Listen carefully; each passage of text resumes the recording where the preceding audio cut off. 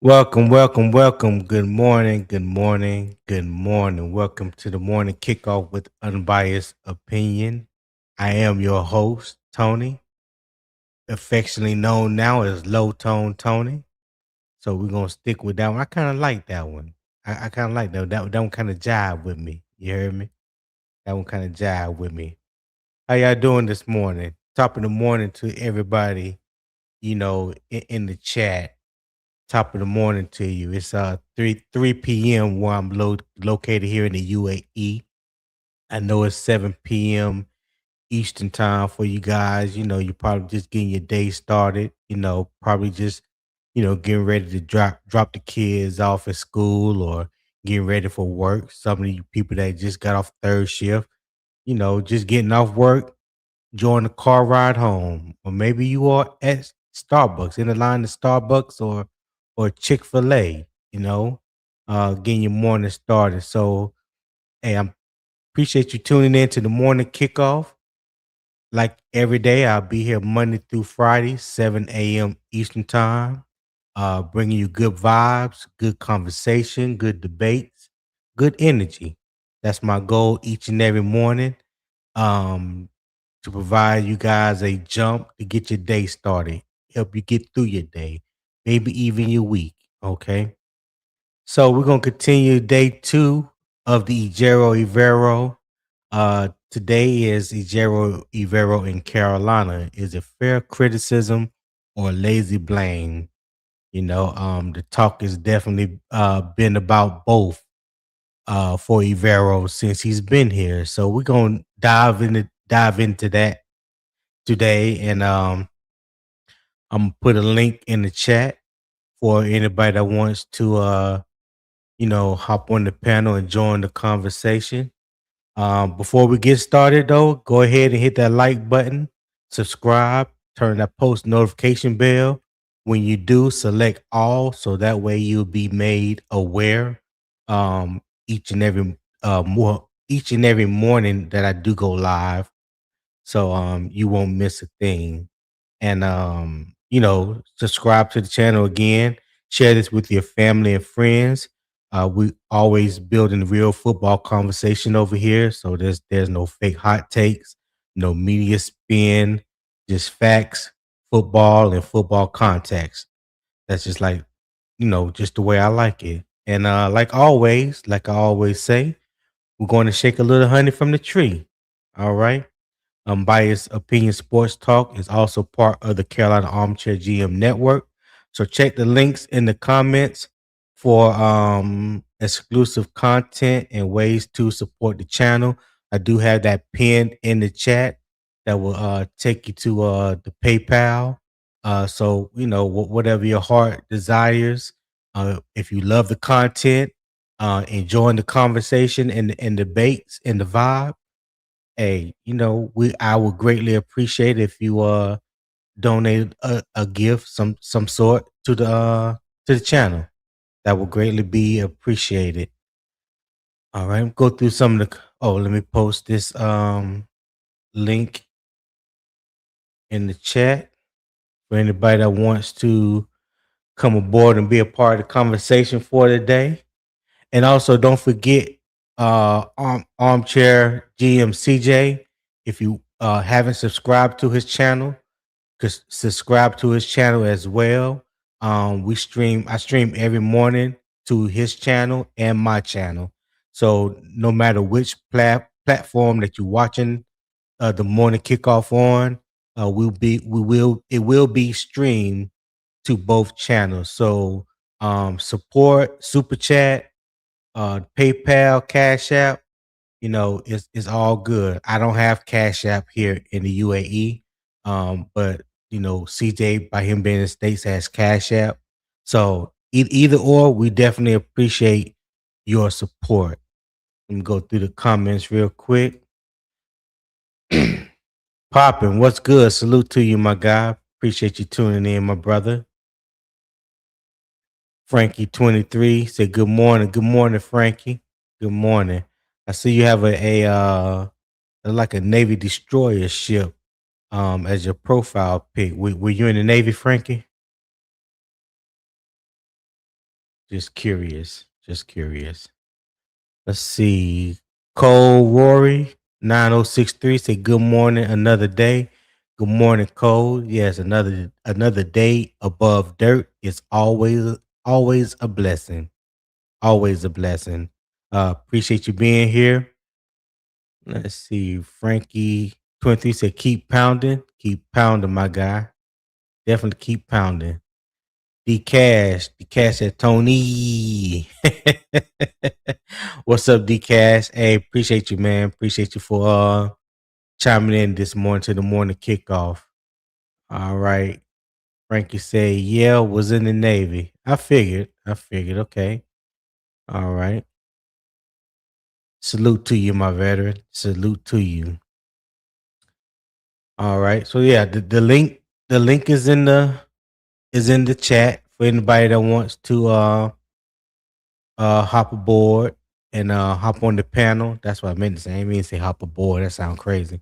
But yeah, anybody that want to hop on the panel, and we can get today's discussion going. Let's see who we have here. Cyburn21. Hey, appreciate you, Cyburn21. I also saw that you just signed up for the Patreon. So I definitely appreciate that. We're definitely going to have continue to uh bring you guys information, try to interact with people on Patreon. I think Thursday is the first day that I will actually do a film review. Most of you guys know Will. Will is part of the debate VIP on Patreon, and his request was to watch some film of Jonathan Brooks. So we're going to watch I actually got 4 games of Jonathan Brooks. One of them I don't want to watch because that's the game he tore his ACL. It's the first time in college. But we got 3 other games that we're going to watch Thursday after Thursday live. So if you're not a paid member on the Patreon, which is the film access or the debate VIP, then you won't be able to participate in the film breakdown. Fan zone People in the fan zone of the first tier are not eligible to be a part of the film breakdown. That's for the film access, and that's also for debate VIP. And since Will is the only one in debate VIP, he got to choose what we watch first. So yeah, we're going to watch that. We're going to get a full glimpse of what Jonathan Brooks was before, his before he tore his ACL and things like that. So yeah, that's what we're going to be doing on Thursday. All right. Let's see. Frankie said training camp is a few weeks away. Yes, it is, my guy. I think the rookies report on the 21st and the veterans report on the 22nd. And the first day of actual practice will be the 23rd. That's why I read on the Panthers website the day before yesterday. So yeah, we are right around the corner. Cole Roy said, "Man, I love the show. Most positive Panthers podcast." I appreciate that, Cole. I definitely appreciate that. Hey, just good vibes over here, man. I try to, the good thing about having your own house, you can always set the temperature and control the thermostat, if you know what I mean. So my thermostat is set on a good temperature where anyone can come in and be welcome and enjoy what the show brings. So yeah, nobody adjust that thermostat but me. So that's the way I like it. Broski Bear say good morning, Tony. Good morning, Broski. How you feeling, brother? How y'all feeling out over there in Gary, Indiana? Okay, I ain't gonna start with you this early. It's too early for that, Broski. I ain't gonna do it. I ain't gonna do it. But hey, I'm always glad that you're here, man. Top of the morning to you. Kevin Hubbard said, good morning. Good morning, Kevin. Good morning. Appreciate you tapping in, man.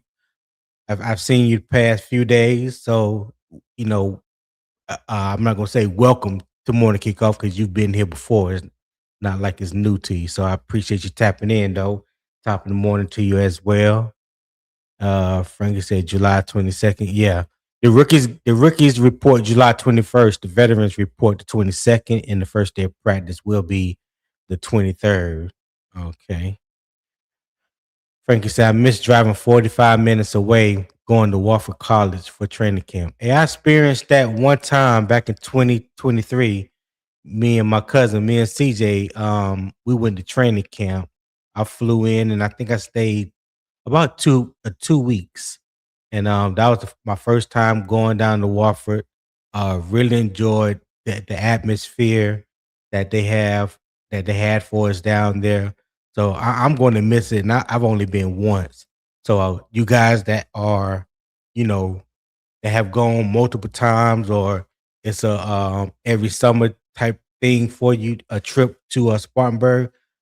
Yeah, I definitely know that you're going to miss it. And I know the people in Spartanburg and the surrounding cities in South Carolina definitely miss it as well. There was a lot of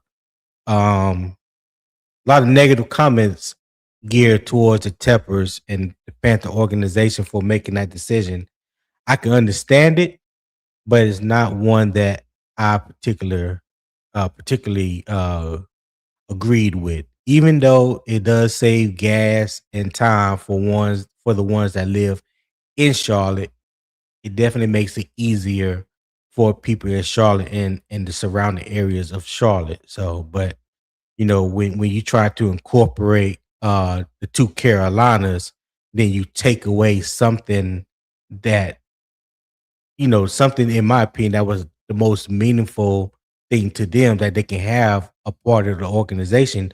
You take that away, that leaves a lot of people salty. But hopefully, um, one day they can do something about that, make things right. I don't think they'll move training camp back down there, but hopefully they can do something to save face with the people of South Carolina. And maybe they have. I just don't know about it. Yeah. So Frank said it was always so hot. Yes, yes, it was, brother. Yes, yes, it was. I'm not a hat person. I don't even wear hats. But trust me, I brought one of those Panthers like look like the little fishing hat that got the brim all the way around and got the little string.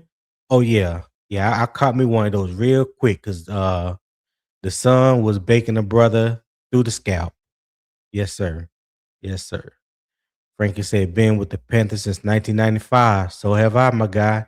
Ever since they announced it in 93, I was just waiting for 95 to get here. Yes, sir. Day one. Cole said, I lived in Camden, South Carolina. I was always hyped to watch the incoming players practice, even though some of them didn't make the team, was still such a good time.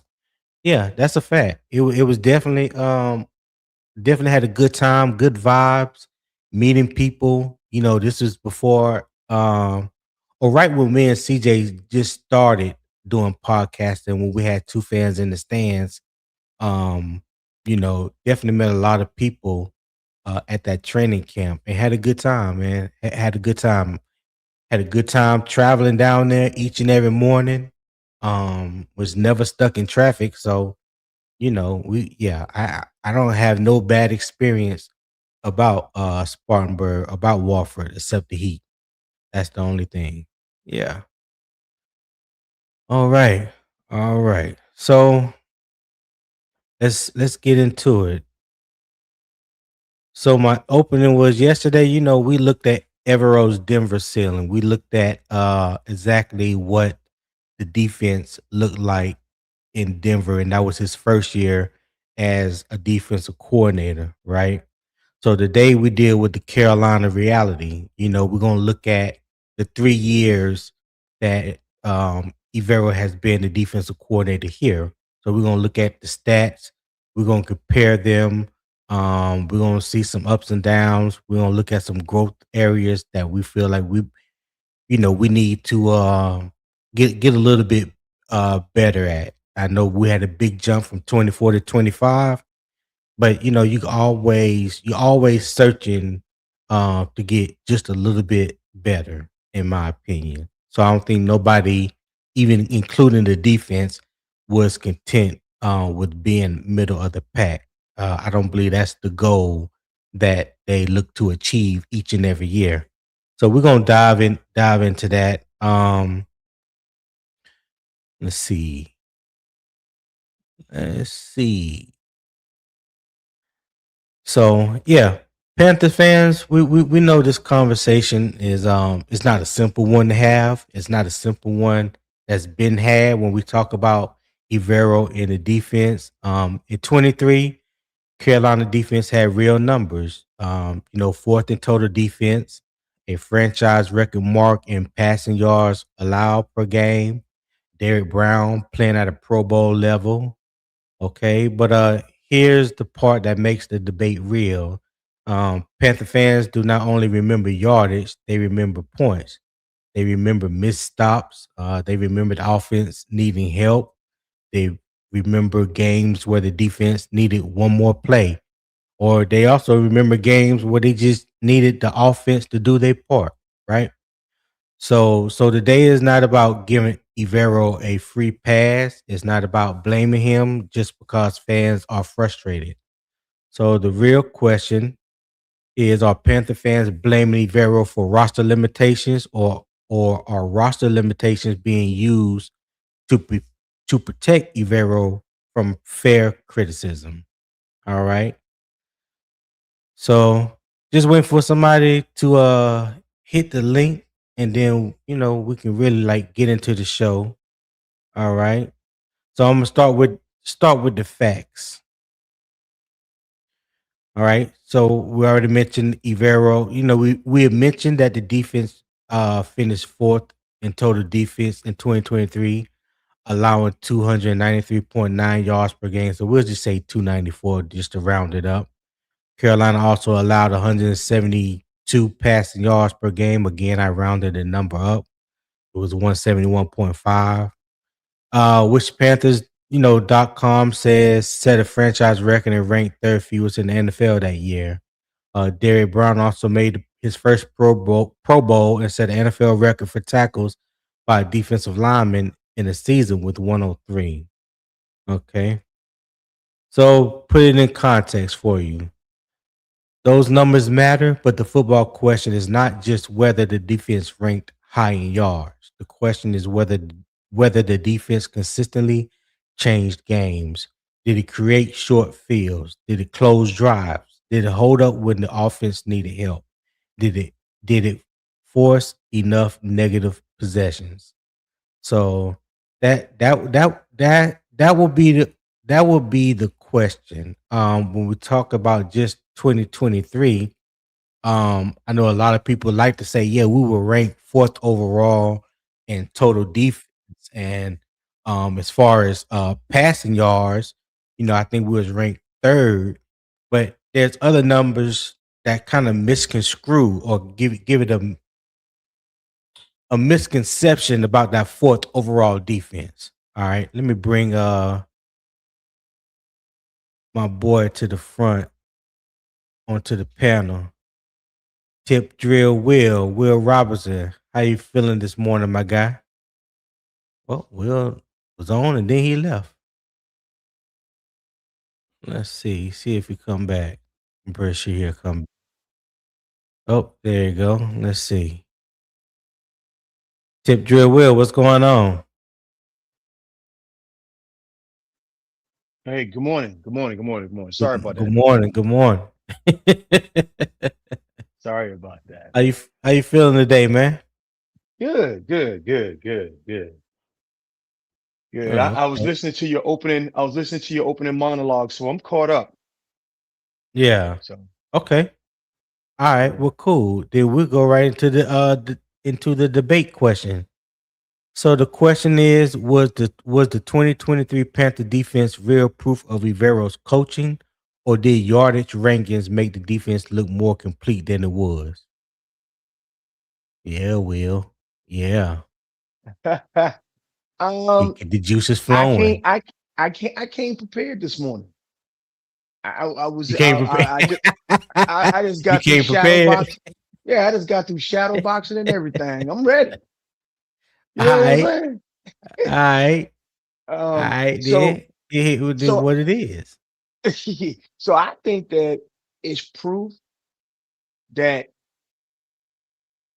is proof of his scheme and that of his coaching ability. Okay. They didn't give him everything he needed. Derek Brown came back, you know. Yeah. Mike Jack performed admirably, but to the point that you pointed out as you took us down the journey of our defense growth or lack thereof, some people think, or even I thought, Right. you know, we all obviously discussed the holes down the spine of the defense. We talked about how some of that stuff got patched up. We talked about how Derek Brown coming back. Um, all of those things gave him some of the talent he needed. And by giving the talent that he needed and making sure that he selected the right players and coaching them up, took Right. them from the worst to middle of the pack. That I don't think that we got I don't think that Derek Brown moved the needle that much. It had to be an element of coaching, placing the players in the right situation, having the right game plan, all of the things that are Hmm. necessary in order for you to have a successful defense in the league. Okay. All right. So, but when we talk about Derrick Brown, and we all know how that 2023 season was like his coming out season. There was a lot of variables I think that played a part of him achieving the or setting the record that he did with 103 tackles. Because hey, let's Mhm, be honest, the defense was on the field a whole hell of a lot than they would like to be. So he had to work a little extra hard, you know, in order to obtain that number. Now I don't think he was mhm, chasing the record, but being on the field as much as they were, it definitely played a part into achieving that record and him also making the Pro Bowl that year. But do you feel like Derrick Brown gives the Panthers a real defensive anchor? And I only before you answer that, only reason I asked that because I have heard um a number of times, not a lot, but number of times, people talking about uh possibly trading Derrick Brown to get to some draft picks. You know what I'm saying? It's like every time we get to the point where it's time to pay somebody, they don't want to pay nobody what that person is probably worth. They're ready to trade them off and go bargain bin shopping at Dollar General. So do you feel like he's a real defensive anchor for this team? I know the answer, but yes, I just want to ask the question anyway. yes. Yeah. People who want to trade players for draft capital all the time are just looking for scratch. Are the people that buy scratch off tickets, man? It, Wait a minute, hold up. I hold up, wait a minute. I feel offended. I yeah. buy scratch You off feel tickets when attacked? I You can. feel you Yeah, feel I attacked? feel attacked. Yeah, Yeah, I buy okay. scratch off tickets. Mr. Robinson. What you mean by that? You one of them Go people. ahead. So, so a draft pick is nothing more than an educated guess of how this player will pan out in your scheme, and you pay him at a low cost. Sometimes you have to invest in those players that you've already drafted. Derek Brown was who we drafted. And I don't, and I think you remember this. You remember when Derek Brown got benched and all that other stuff, and Yes. everybody had their pitchforks out. Get that bum out of here. He's Yeah, yada I yada remember. yada. Oh my gosh. And I was saying the guy is basically on his rookie contract. It takes Yep. a defensive lineman, an interior defensive lineman, some time to get ready. He didn't even have a running mate on that defensive line when he got here. So I say all of that to go to Lee. It's gonna be we're gonna have that guy is going to have some bumps in the road. You've already That's a pointed fact. out, you've already pointed out that he has 1 year of production. Yeah, true production. True True production, production yes. that warrants the hype that he got this year. Yeah. I'll So give him that. that neck injury by oh what's the guy Turk name? Wharton. You talking By about Turk Turk Wharton? Wharton Turk Wharton is a big deal. Yeah, That's a yeah, it big is. deal. Yeah. That's a big deal. Um so Derek Brown, people wanted to trade Derek Brown and all this other stuff. They have and there were guys that and guys and ladies that were on that train. And now you can't find them nowhere. Could Yeah. trade him his rookie season. Now, why think about this? Why would you trade arguably top three, maybe four defensive tackle in the league off your defense? I don't understand it. I do not understand it. That don't make I do not sense to me. understand it. Some We some just some talked some, about the some spine of our defense. We just talked about the spine of our defense. I'm sorry. yeah. Yeah. Yeah. No, I was just gonna say, like, I think sometimes people just be talking just to be talking. Mhm. Um what I don't know the full reason behind some of the things that people say. I remember a time when we didn't have no consistency uh in the defense at all, and especially on the front line. And then once we drafted Derek Brown, we didn't really give him like no true running mate since he's been with the Panthers. Like nobody has stuck beside him and played with him more than like 2 years. I think we had Ashawn Robinson for 2 years. I think Right. Matt Ioannidis was available for like a year or two, if I'm not mistaken. Daquan Jones. It was I no more forgot than about two. Matt Yeah, Ioannidis. Yeah. yeah, Matt Ioannidis. Yeah, Mhm. that was Matt Rule boy. Matt Rule was his coach at Temple. Mhm. Daquan Jones, I think Mhm. no more than 2 years. So it was nobody consistently on the opposite side of him that really stuck around to build a cohesiveness within the interior of that defense. And we say, every year Derek Brown needs a running mate. Derek Brown needs a running mate. So hopefully Lee Hunter can come in and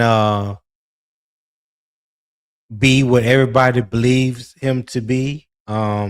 I just believe, you know, yeah, you showed 1 year what you're capable of.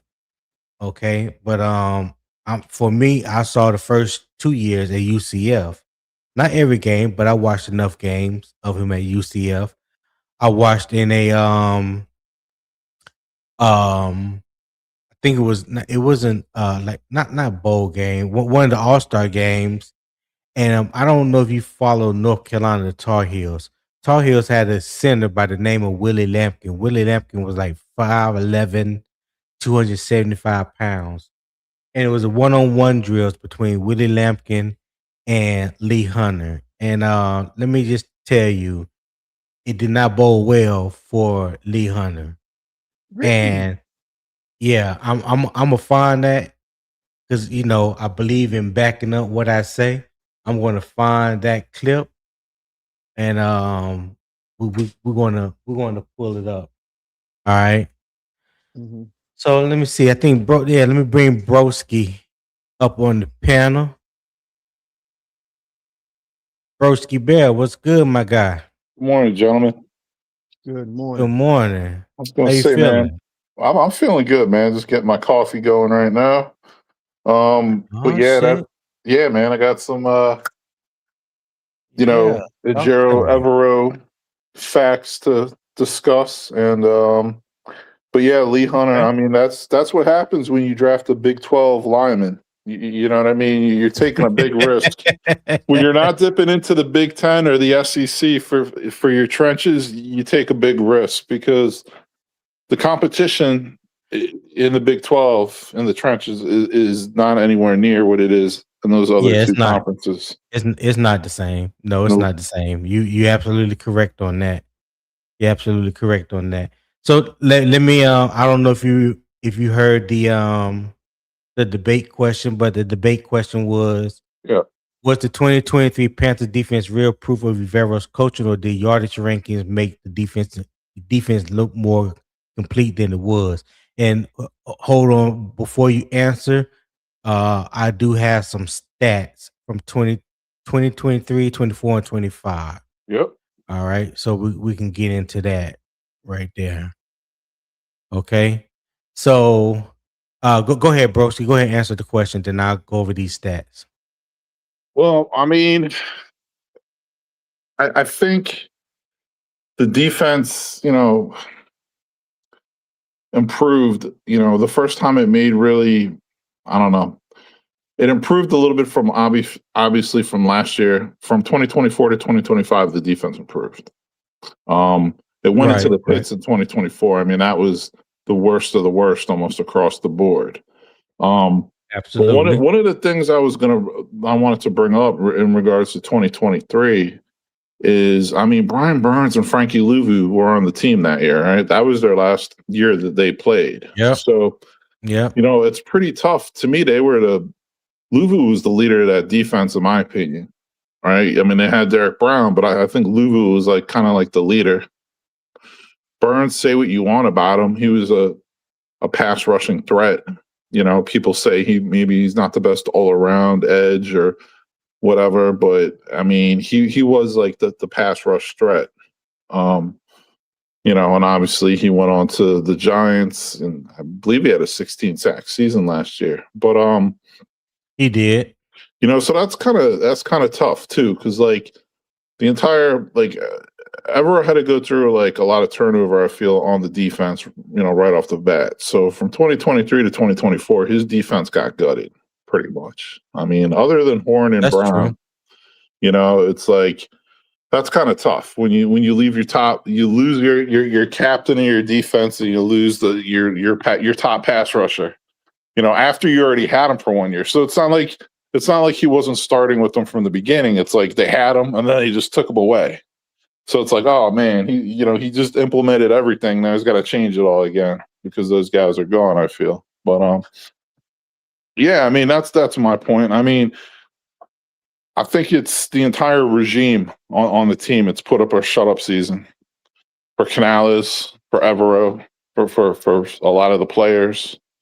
Yeah. You know what I'm I, saying? I I really, can I can agree that there's a lot of there is a lot of pressure. I yeah, think there's pressure on these guys every year. You know what I'm saying? Especially not just the pressure that they get from the fans, from the media or anything like that. I think it's a lot of it comes from the pressure from themselves, wanting to be better, wanting to put a better product on the field for the fans, if for the Panthers. So yeah, I don't think those guys ever not feel the pressure of doing better, because they know every decision that they make, every draft pick that they make, every sure. undrafted It's undrafted player that they bring into the organization matters. yeah, Every person that they pick up in free agency matters. You know what I mean? So, It's a high pressure but career. I mean, you know what I mean? yeah, But my thing is this: like, I think Canales and Evero are tied together now. I mean, we know their contracts are timed up, and I don't think okay, Evero's surviving another head coaching change because they fired the head coach. They fired Frank Reich and they kept Evero, right? So I don't hmm think if they fire Canales, I don't think Evero is going to survive that. That's very yeah. unlikely, in Well, my opinion. yeah, yeah. I don't know, and I'm not one to speculate that Yeah, far in advance or anything like that. I hear So, you. what I will say is, I'm definitely looking forward to a healthy season. Definitely looking forward to some depth. I'm definitely looking for um better production on both sides of the ball. And no, like you mentioned, as we sit here and we look at the defensive comparison, so I'm just gonna take 23 out of the equation because we kind of like talked about that. We did talk about that yesterday. Yesterday, comparing it to a Denver 2022 when Evero was there. But like you mentioned, 2024 was probably the worst defensive statistical year. Ain't no probably. It was the worst defensive statistic statistically year statistical year for the Panthers. I mean, they ranked at the Yeah, bottom in damn near everything. 404 and a half yards, you know, total defense, 32nd in the league. 23rd in the yeah, league in passing defense, 32nd in rushing defense, 32nd in scoring defense, 29th in red zone defense, 32nd in third down defense. I mean, yeah. they They had let more up. sacks. Yeah, they had more sacks than 2023, had more interceptions than 2023, and had more forced turnovers than 2023. But the They let. overall defense, Yeah, go not ahead. good. I mean, I was going to say they let up the most rushing yards in one season in the history of the NFL. Yeah. Yeah. And also, I mean, when you go back to 2023, you can factor in that before then we had Snow was the defensive coordinator. He ran that college version of a 3-3-5 stack defense. Probably one of the first time that was ever ran in the league because that's typically a college defensive scheme. So that was something that he brought. He used at Baylor. He used at Temple, uh, uh, coaching alongside Matt Rule. So when you're trying to go from a 4-3 before Snow, then to a 3-3-5 stack, and now you're bringing in a defense coordinator that wants to run a 3-4. So all that personnel that you had in the 4-3 or in the Hmm. 3-3-5 stack, they don't necessarily fit into the scheme of a 3-4. Yeah. There were players, in my opinion, that we had that needed to go. Because I mean, if you can keep doing the same thing with the same people over and over again and not getting any better results, so a change has to come somewhere because either sooner or later the head coach or the defense coordinator or whoever is going to lose their job. And if these guys want to, keep their job, then they need to make the necessary changes that they need to make in order for you to run your 3-4 defense like you need to or like you want. You got to get the right people in there. So I think that's with the new regime with Dan Morgan and Dave Canales, those guys wanted to flush out the old and bring in their guys, and I can understand that. A lot of people were complaining about Scott Fitterer and the damage that he did. So a lot of those picks, especially draft picks and free agents that he brought in, well, Dan Morgan was right by his side when all that was happening. And since he's been there, they have pretty much got rid of all those guys. So I understand the change and I understand there's some patience that need to come with it, but just as well as I do, and we'll know as well too, in today's society, it's all about what have you done for me right now. A lot of people don't have the patience for a 3, 4, 5 year plan. Don't nobody want to hear that or really want to talk about that. But Dan, to his credit, him and Dave did mention that in their first press conference that it's going to be a slow process. They want to build through the draft, add some key free agents along the way, and develop their the culture in the team in that manner. And from what I've seen so far, they're doing just that. What you think, Will? Talk to me. Yeah. There has been significant changes from that first press conference with with Dan Morgan and then with Dave Canales. There in I mean, we've made a 180 change. Now that we've made the 180 change, we still got a hill to climb.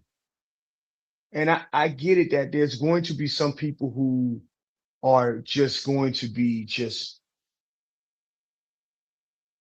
frustrated and want instant gratification. But if you look at just the body of work that Dan Morgan, uh, uh, Dave Canales, and this and oh, what's the capologist's name? You see his face. Who you talking about? The capologist, the guy, the money guy. Oh, Brant Tillis? Grant Tillis. Thank you.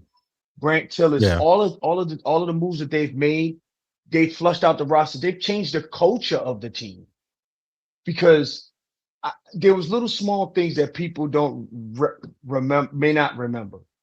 When Dave Canales came in as the head coach of this team, and he told them in mini camp, when you come back for training camp, you got to be in shape in order to get started.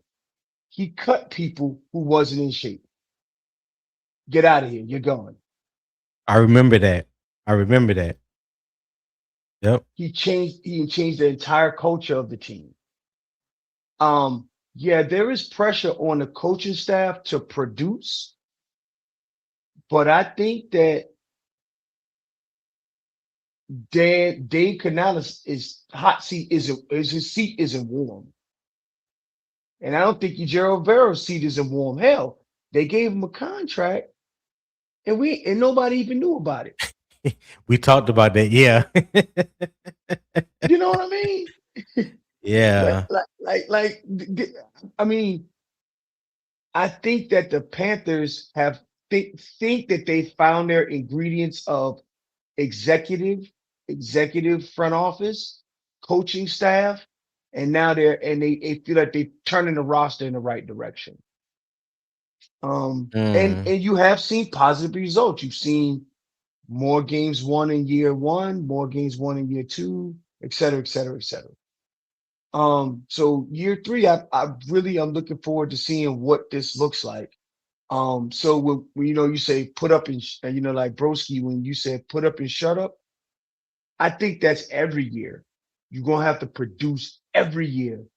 And I think the pressure of losing your job is enough to be motivated Yeah. to Yeah. produce. Yeah. Do you That's think Canal is tied to Bryce, or Nope, do you, nope, nope. We ain't talking no Bryce today. We talking about the defense. It's about Ejiro Evero, broski. Come on now. We ain't talking about no Bryce today. do you think Let's Evero stick to the is tied topic. to Canales?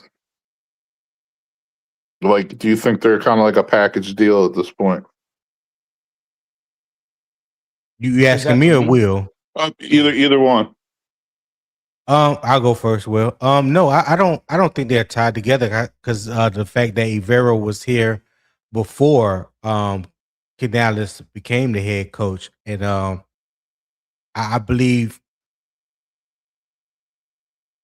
from what Canales says, when he first got here, his first introduction, playing against Evero when he was in Tampa for that 1 year, he liked the scheme of the defense, so he was glad that he was able to stick around and continue to be the defensive coordinator.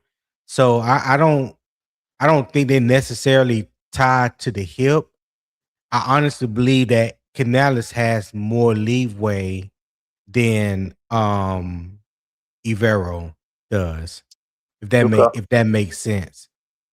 What you think, Will? That's just my opinion. What you think, Will? Broski did ask a good question though. Yeah, I don't think they're tied together. Um,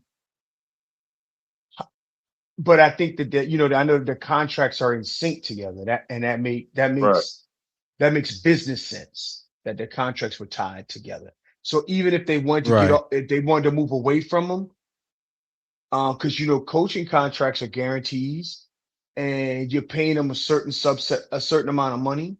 So you don't want, you kind of want it to be organized in a way where if we think this is going to work out, Evero is going to be going into a head coaching gig somewhere. And I've said this many times before. I know that we are frustrated with Ejiro Evero's production and the defensive production, but he is highly regarded in NFL circles.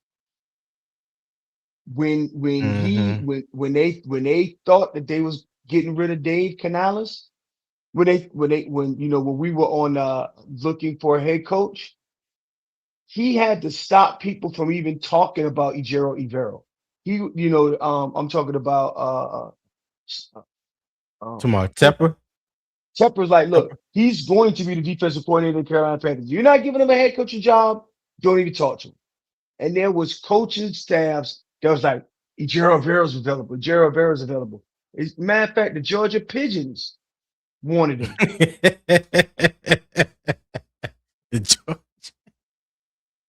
Hey, don't get Um, Red Swarm started, Yeah, man. no, I mean, I'll be surprised if he's not a head coach in the next, handful of years if he doesn't land a head coaching gig somewhere.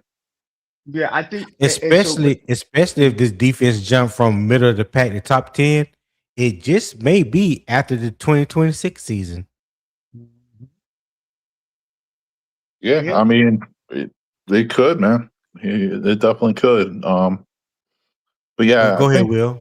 Oh, I'm sorry. Go ahead, Broski. no. If Go Will's ahead, got Broski. something to say, go ahead, man. so no, I just it's going to be interesting, and I like your question, Broski. Are they tied together? Um, but I also think that uh, Dave Canales does like that style of defense. He said it multiple times. Of course, Right. you have to take some of that with a grain of salt. It is his team and his defense. He's not going to get on the podium and Right. says, "I hate this defense." Right. But Right. he seems to wax poetically about it. Um, and and Ejero rarely ever has any like things on the blueprint, but I don't know if it was last year's blueprint from training camp or the year before that, where he was talking to the defensive lineman, and he said, "Don't tell me, I know what the f I'm doing." And he looked and I think he was talking to, I don't know who he was talking to. I don't, he was talking to Ashawn Robinson or somebody. He said, "You looking at Yeah. me like I don't like you. I know what the f I'm doing." Like, and I was like, Oh, "Oh, this is not something we see. We normally see him yeah. saying happy I don't birthday remember that. I to." need to see that. We normally look at him saying happy birthday to his wife, and thanking his Yeah. father-in-law for a great Christmas or something. We don't see this. Yeah. Yeah. Yeah. That's crazy. That's crazy. Hey, before we move on, y'all do me a favor. The first fan poll, the chat poll is up in the bottom right corner. The question is, was Carolina 2023 defense better than fans remember? You can put in 1, 2, 3, or 4 in the comment. It will generate into the poll.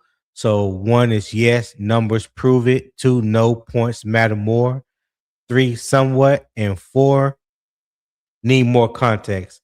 So if you're at your computer, if you're able, please press 1, 2, or 1, 2, 3, or 4 in the comment, and we will let the poll excuse me, generate.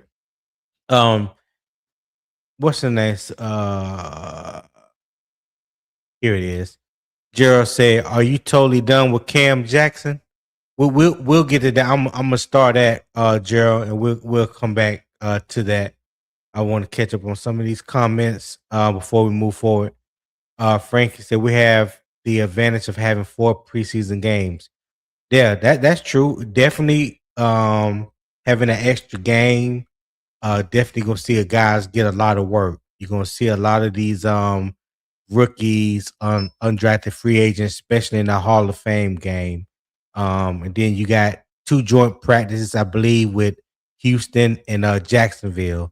So there's gonna be they're gonna get a lot of work this preseason, and I hope that we get a better picture for how things will be come the season. I know the defense and the offense is gonna be vanilla, but I just want to see some good things out of the young guys, give you hope that they can truly contribute to the team, especially some of the ones that we feel like can can contribute immediately to the team. So that's what I want to see. Um Cole said, yes, hopefully Bryce finally gets better like he has a bit every year and the arrow keeps trending up. Okay, Cole. Dream 58 said, I'm a big supporter of drafting in the trenches early every year. That way you don't have to rely on just one guy. Hey, I I co-sign that 100%. I'm all about the Yep. trenches. I'm all about building from the inside out. You know what I'm Right. saying? That's what the When you smart got a strong, franchises do. yeah, when you got a strong offensive line and a strong defensive line, it could solve a lot of problems for you. Definitely. Uh Frankie said Bryce is my biggest worry. Got you. Frank also said the tight end room is weak. Okay. Yeah, they not my favorite right now. I just think they can be, we can get better production out of that room. They just average to me right now. Coach, I feel you. I'm not sure of him myself, but there's always a positive to a negative. And SC Panther Boy said, what's up, y'all? What's up, SC? Glad that you tapped in this morning like you do every morning. Glad to see you. All right. Cole said linebacker depth, though. Depth too. Yep. Spoke about that a few times on different podcasts, how I feel about the linebacker depth. Um, yeah. As he said, my guy low tone, good AM. Okay. What's up, SC? He said, I could not believe they hired Frank after he was fired from his last head coaching job. Yeah, hey, everybody have a different of opinion on that. I'm not gonna jump into that. Frank right hire made me so mad. Got you. Cole, so even though he was a backup QB for us, should have known he wasn't worth it. Okay. I think some of these guys are having conversation in the chat that I'm not privy to.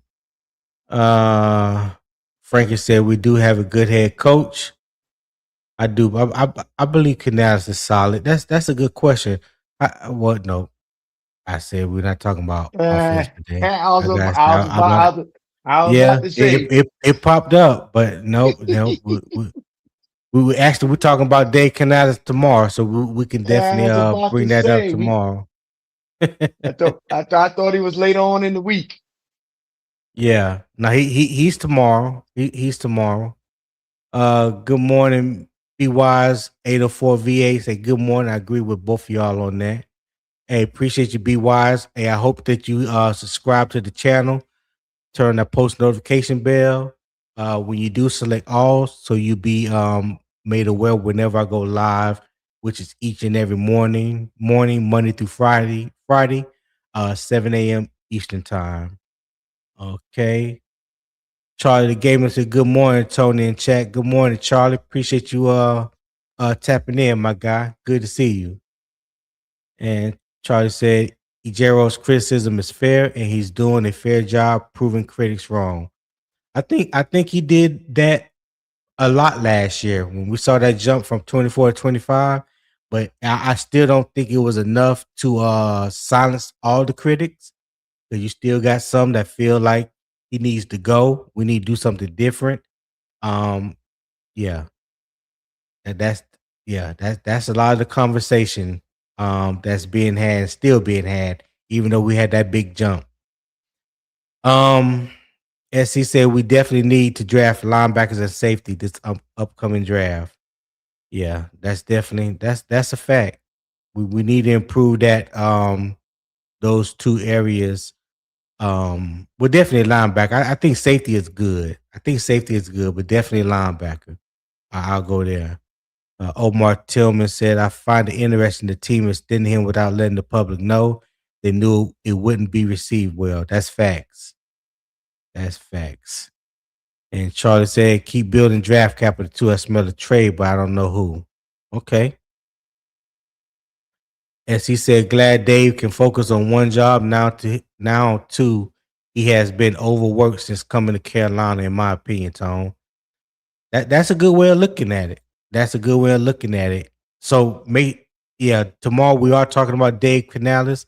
So definitely keep that question, that thought in mind. So we can tap into it tomorrow. But yeah, if you guys haven't voted for the fan poll, the chat poll, do that for me real quick. I'm gonna leave it up for about another minute. Press the 1, 2, 3, or 4 in the chat, and the poll will generate for me, and we'll see what it is at the end. All right, fellas, we're gonna move on. If anybody have anything else about what we just talked about, if not, we can move on to the next topic. Well, what's the next topic? Well, I'm glad you asked. So we're gonna be talking about coaching, personnel, injuries, or all of it. Okay. Who was to blame? All right. Yeah, I was gonna kind of get into that myself, like the personnel. Yeah, but hold on, broski.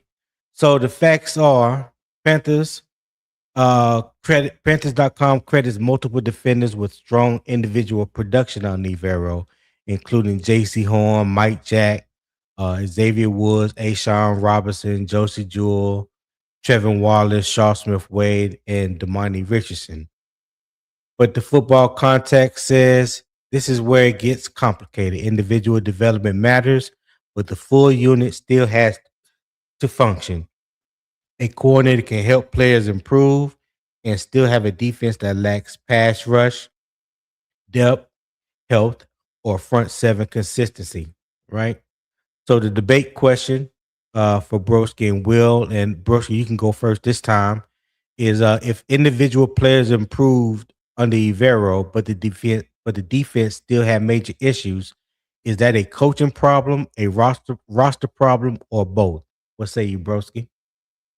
Yeah, so I was gonna kind of give a little background on it before I got into my answer. I'll be quick though. It seems like after Brian Burns, Luvu left in 2023. So after that, it seems like that money was then spent a lot on the offensive line. Damian Lewis, Robert Hunt, and Taylor Moton, all those guys got paid on the offensive line. We're talking high dollar. Like even Moton, I mean, he's due to make like I think 21 million this year, 28 million next year. Right? They gave a running back Hubbard. They gave him a little contract for a running back. It seems like most of the draft picks. I mean, you got Excel, you got Tet, Jonathan Brooks, Trevor Etienne. They drafted Jimmy Horn Jr. They drafted Jatavion Sanders, Mitchell Evans. Obviously those are all picks on the offense. So what I'm getting at is I think that has been the focus in the offseason via free agency, via the draft, the prior two off seasons. Now this past offseason, they definitely got into the defense more. They definitely added to the defense. They signed Lloyd, they signed Phillips. They drafted a couple guys for the secondary in Will Lee and Zakee Wheatley. They drafted Lee Hunter. So, I think the focus has been primarily on the offense, prior to this offseason, money wise, signing wise, draft wise. And now I think this past offseason and draft, I think the defense was more of the primary focus. Okay, Will.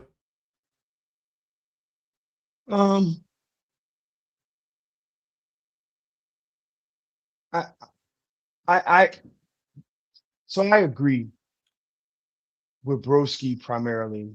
The investments, it's like they got young. They took the money and invested other places, and they took draft capital and invested it other places in the offense. However, I think that's what kind of kept the defense muddling along.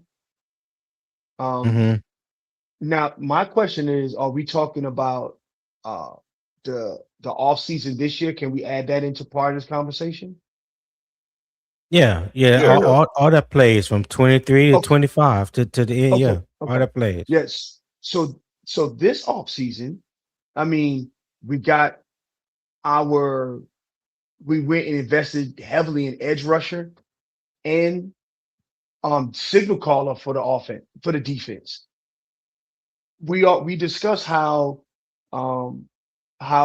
this defense is a defense that requires a lot of communication, a lot of people with a high football IQ to be able to run it. Well, you got to have a Mike linebacker that's going to be able to do that.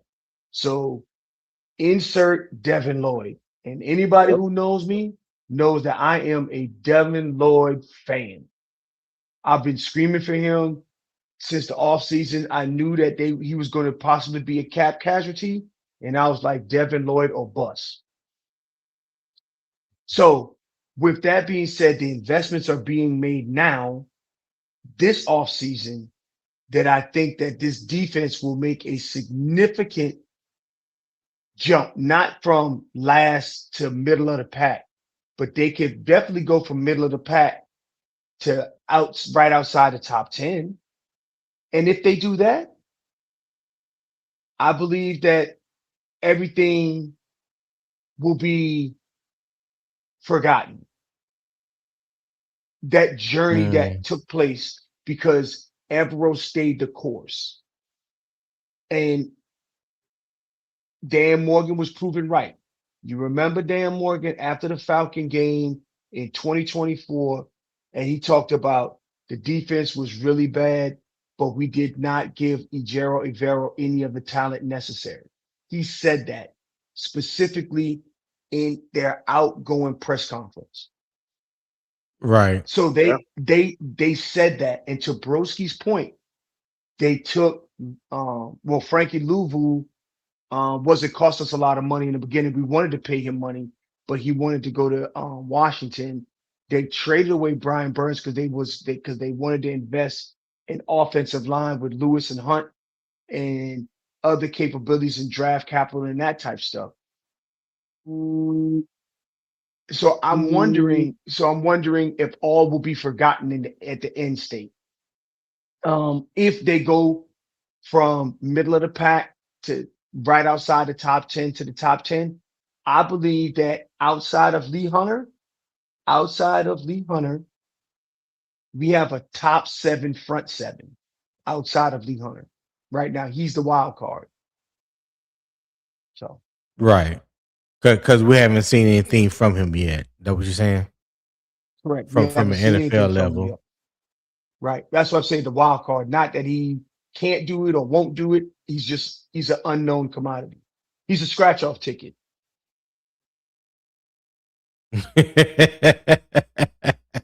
I like what you did there. So, I guess for me, like I understand where Broski was coming from as far as the investment that was made on the offensive side of the ball. But when you look at it, especially 2023, Bryce was a rookie that year. Just from an offensive perspective, real quick, there was a lot of things about the offense that needed to change.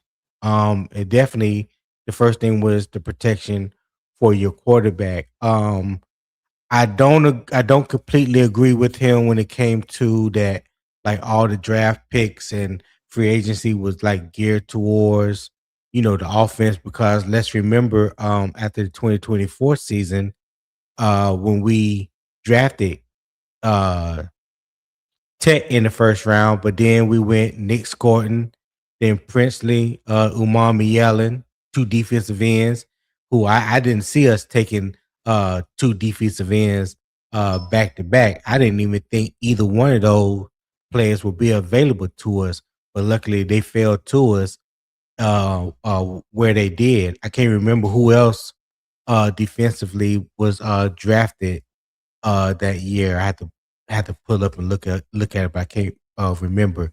But I think there were some things that defensive from a defensive point of view that we were trying to address, but there were so many holes on both sides of the ball. So many holes, and that's from 2023 when you talk about um people leaving after Matt Rule was let loose, even people leaving the year that Frank Wright in 2023 at the end of that season. So there was a whole lot of turnover from the offensive and defensive side, and there's no way possible that you could have fill those holes in just one off season. Yeah. So 20 at the end of 2023, at the end of 2024, and now at the end of 2025, I I believe that we can admit that we have seen improvement with our draft picks. We have seen improvement with our free agency signings. And we even have hit on some undrafted free agents each year. Each year we have hit on at least one undrafted free agent that has made major contributions to this team. 2023, after that year, you're talking about Jalen Coker. At the end of 2024, you're talking about Corey Thornton. So, Mhm. whoever it be at the end of this year, I think a lot of people are starting to look at Aaron Hall, the defensive tackle that we got, that we signed, that came out of Duke. You know, there's a possibility that he can make the roster and hopefully the 53 and contribute on the defensive line. So yeah, there was more holes than we can account for after that 2023 season. And right now, since Dave Canales and Dan Morgan has taken over, this is the most stability that we've had as far as coaching. There's is the clearest direction that we have had as far as where we're trying to get to and how we're trying to build to get there. I don't think we have this level of clarity in a while. So hey, I tip my hat to those guys. They told us from day one what it was going to be. They said that it wasn't going to be something that can be done overnight. Is going to take time, and they're taking time to build it the right way. What's up, Omar? Appreciate you coming on to the panel, my guy. What's No. good? Hey, I appreciate it. Will, Tony, what's going on with you fellas? What's going on, my brother? What's on your mind? Yeah, I've been listening, man. I'm about to head to the mountains in Tennessee, so I've been packing before my flight. I wanted to hop on before Okay. because Evero is a very fascinating topic because the last thing I heard before I hopped on was what Will said about how Dan Morgan said we didn't set Evero up with the most talent, which I do remember that. He did say that for a fact. But what I Yeah, I think remember people that. forget is Evero has always had his choice of who he wanted to bring in. Just like my comment saying that from the Von Bells, the Jordan Mhm. Fullers, the Rose Booms, Mhm. all the guys, Nick Scotts, Mm-hmm. all the guys that are connected with Ashawn him in Denver, Robinson. Ashawn, all the guys that were connected with him in Yeah. LA or Denver, we did our best to bring them in. So that's why I don't. That's why I push Yeah. back on that. Hey, we may have not gotten Evero the most talented guys, but we got Evero who he wanted. The only person that I say we did Evero wrong was obviously trading Brian Burns. Anytime you lose a Brian Burns, it's going to change your whole Mhm. defense. So I understand that. But I feel like Evero has gotten whoever he wanted. My problem with Evero at times, and I think that's why Dave Canales is another factor he handed over play calling. Evero is stuck in his ways. Evero doesn't like to adjust. Evero has his scheme, and he thinks his scheme works no matter the personnel you have on the field, which we have seen that's just not true. Sometimes you may have to make an adjustment. Sometimes you have to look at who's out there on the field and realize, you know what, this isn't the best group of personnel for the type of scheme that I'm running. What can I do to change my system to help my players be in a better position? That's what I wish Evero did more of. I feel like sometimes he's just stuck, yo, this is my system. We're gonna put whoever's in there. If they can't play in my system, well, we'll just lose and forget about it. And I just wish he kind Yeah. of was more aware to say, you know what, I ain't got JC out there. I ain't got probably the best safety in the world. Let me change up this cover three look a little bit to try to help out. He did make some adjustments toward the later in the year when it came to blitzes. I saw more blitzes from JC, more blitzes from linebackers and stuff like that instead of just trying to get home with four. And so I give him credit for that. I just wish Evero had made some more adjustments when his personnel doesn't match or fit up to his scheme sometimes. I wish he made those adjustments because that's going to happen throughout the season with injuries. And so those are the little things that I wish Evero would make adjustments on. Like I said, I don't hate Evero, but my plan is I hope Evero gets balls out so he can get that head coaching job so that we can get the compensatory picks, but then he can also be gone. And then I already got our backup. You just promote Jonathan Cooley. He's been here since Frank Wright. So you just promote Jonathan Well, Cooley. He's somebody that the team already knows, and then you let him rock out at DC. so let me hold on before I turn over to you, Will. Let me ask you a question, Omar, because what you just said is the very thing that I've heard a lot, on different podcasts and things like that. So Ivero took us from bottom of the barrel in 2024 to the middle of the pack in 2025, and if he increased that and we get top 10, does it really make good sense, business sense, to hope that he gets a head coaching job so you could bring somebody else in? And we don't know that it would be Jonathan Cooley. I would like for it to be Yeah, Jonathan yeah, Cooley that's just me. because he Yeah, that's just knows who I would promote. Yeah. this defensive system. But if he has made gradual improvement like that, um, wouldn't you want to keep him around to, to, Well, to, here's to the thing. continue to build off of that? That's also a very good point, Tony. But you know this as well. The better you are as a team, the more NFL teams try to pluck your coaches. So I don't know how good are we going to be able. If we have a top 10 defense, Right? our offense, let's say maybe top 20s. Let's say we win a wild card game this year and we lose in the second round. At that point, that's back to back playoff appearances. That's ever with a top 16 defense in 2025 than a top defense this year. You know what I'm saying? So it's just we would like to keep him, but we can't stop Evero from promoting. We can only stop him from making a lateral move. So that's my whole thing is you have to, as much as you would like to keep him, you have to have in the back of your Yeah. mind a backup plan just in case he does leave, just in case he does get that head coaching job.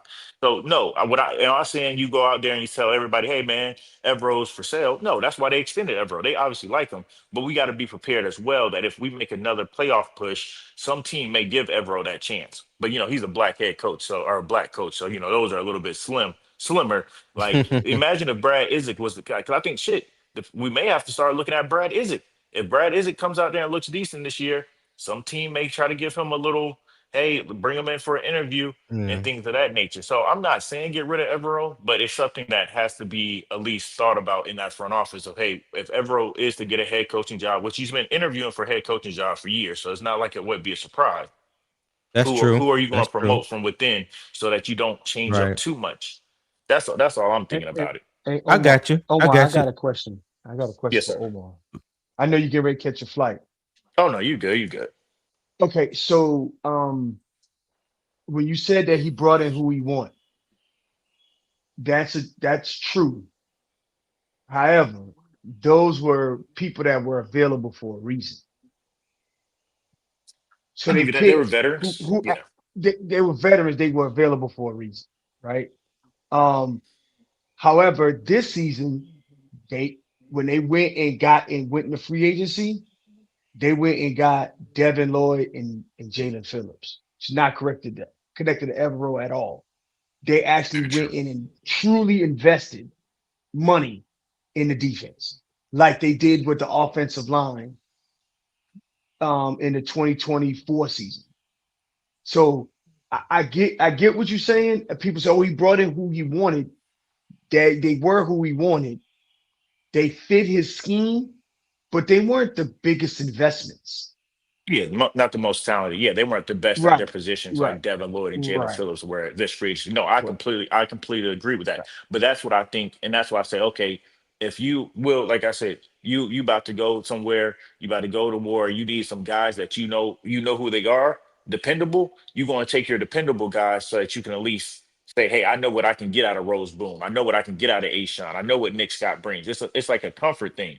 And so I think he got those guys because he was still implementing his system. At this point, this is the 2024 season when we bring in Jordan Fuller. So this is really year number two. And so you're still trying to bring in some comfort so that you can still teach your scheme to the rest of the team. You know what I'm saying? At this point now, going into year four, everybody in that defensive room should know Evero's scheme, except the rookies and young guys. But like the JCs, DBs, all them type of guys, they should know that scheme like the back of their hand because they've been in it for 4 years. So I think what they did when move bringing those guys in early is just have I'm gonna bring in some of my guys so that they can be communicators on the field for me to make sure everybody else is lined up. And I felt like at times there was no. I think about that very first Saints game, Dave Canales' first year when we was just getting bombed over the top because JC and the safety they weren't communicating at all. And so that's why I'm like, dang, you bring in Hmm. guys that's supposed to be know your system, supposed to be communicators on the field, and then it just wasn't translating at times on the field. And so I think that's why the Right. Evero criticisms were loud. And like I said, I never officially wanted to get rid of him. I was hoping he would get that Raiders job, even though I know he probably wouldn't. Um, I wouldn't say they were available because they trash, because all those guys are available now and they all got picked up on another team. He maybe except Jordan Yeah. Fuller, but Ashawn got another job. Nick Scott got another job in Carolina somehow. Um, Roseboom just went to Tampa. So it's like, even though those guys may quote unquote be trash, they are serviceable enough guys in the NFL where they keep finding a job. Well, Yeah. you didn't have I to don't bring up think. that Saints game. You didn't have to bring up that I was at that Oh, that was game. hard. That was hard to start the Yeah. season, Oh, Will. That's oh heartbreaking. God. Yeah. Yeah. I don't think Ashawn Robinson is trash at all. When Oh Derrick shit! I Brown keep got saying hurt and Roseboom. I forgot Josie Jewell. I forgot all about Jewell. We yeah. brought in Josie from When Denver. But hold on, Josie Omar. Jewell was good. When Derrick Brown was hurt and he was out, Ashawn Robinson held it down for him. So I always got to give much love and respect to Ashawn.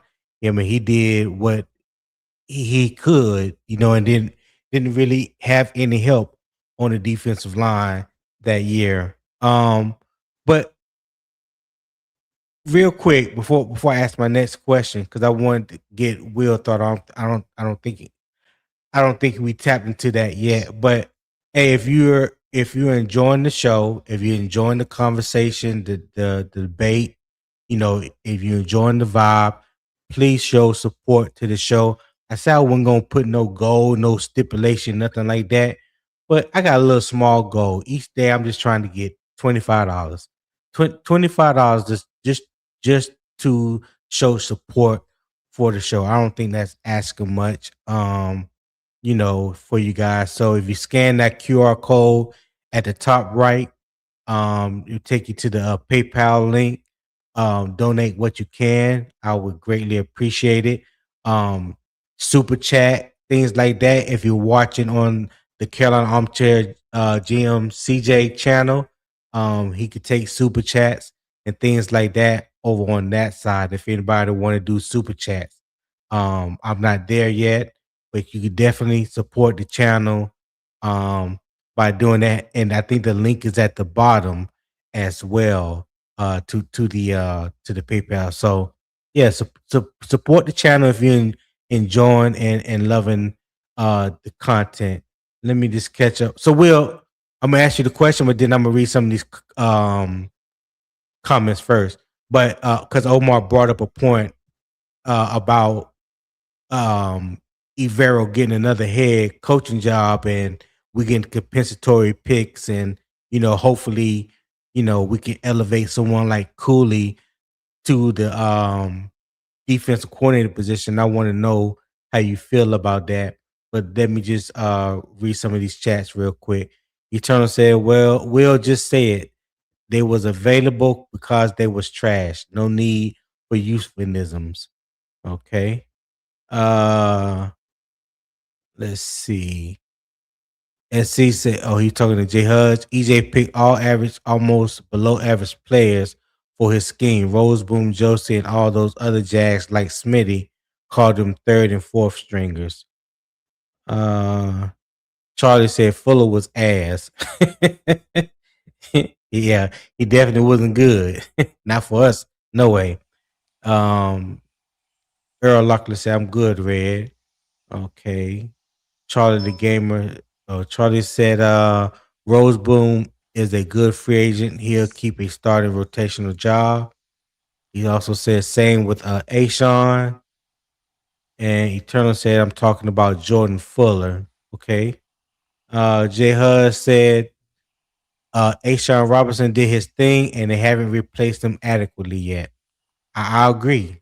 I agree. And a lot of people feel like Lee Hunter is that dude. So like I've been saying, I got to see it first, especially coming from him.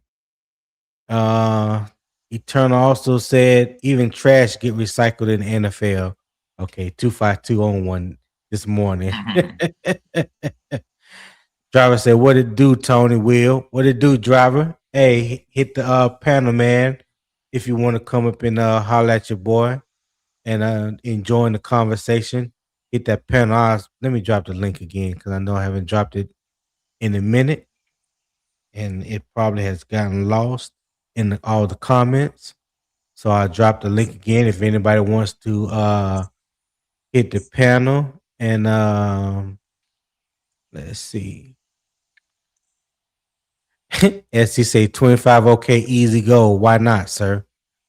Hey, hey, it's up there, man. It's up there. It takes a lot to run this channel, and I just feel like the good quality of the conversation and everything I'm trying to bring to you guys 5 days a week. Little little $25 donation, won't hurt nobody.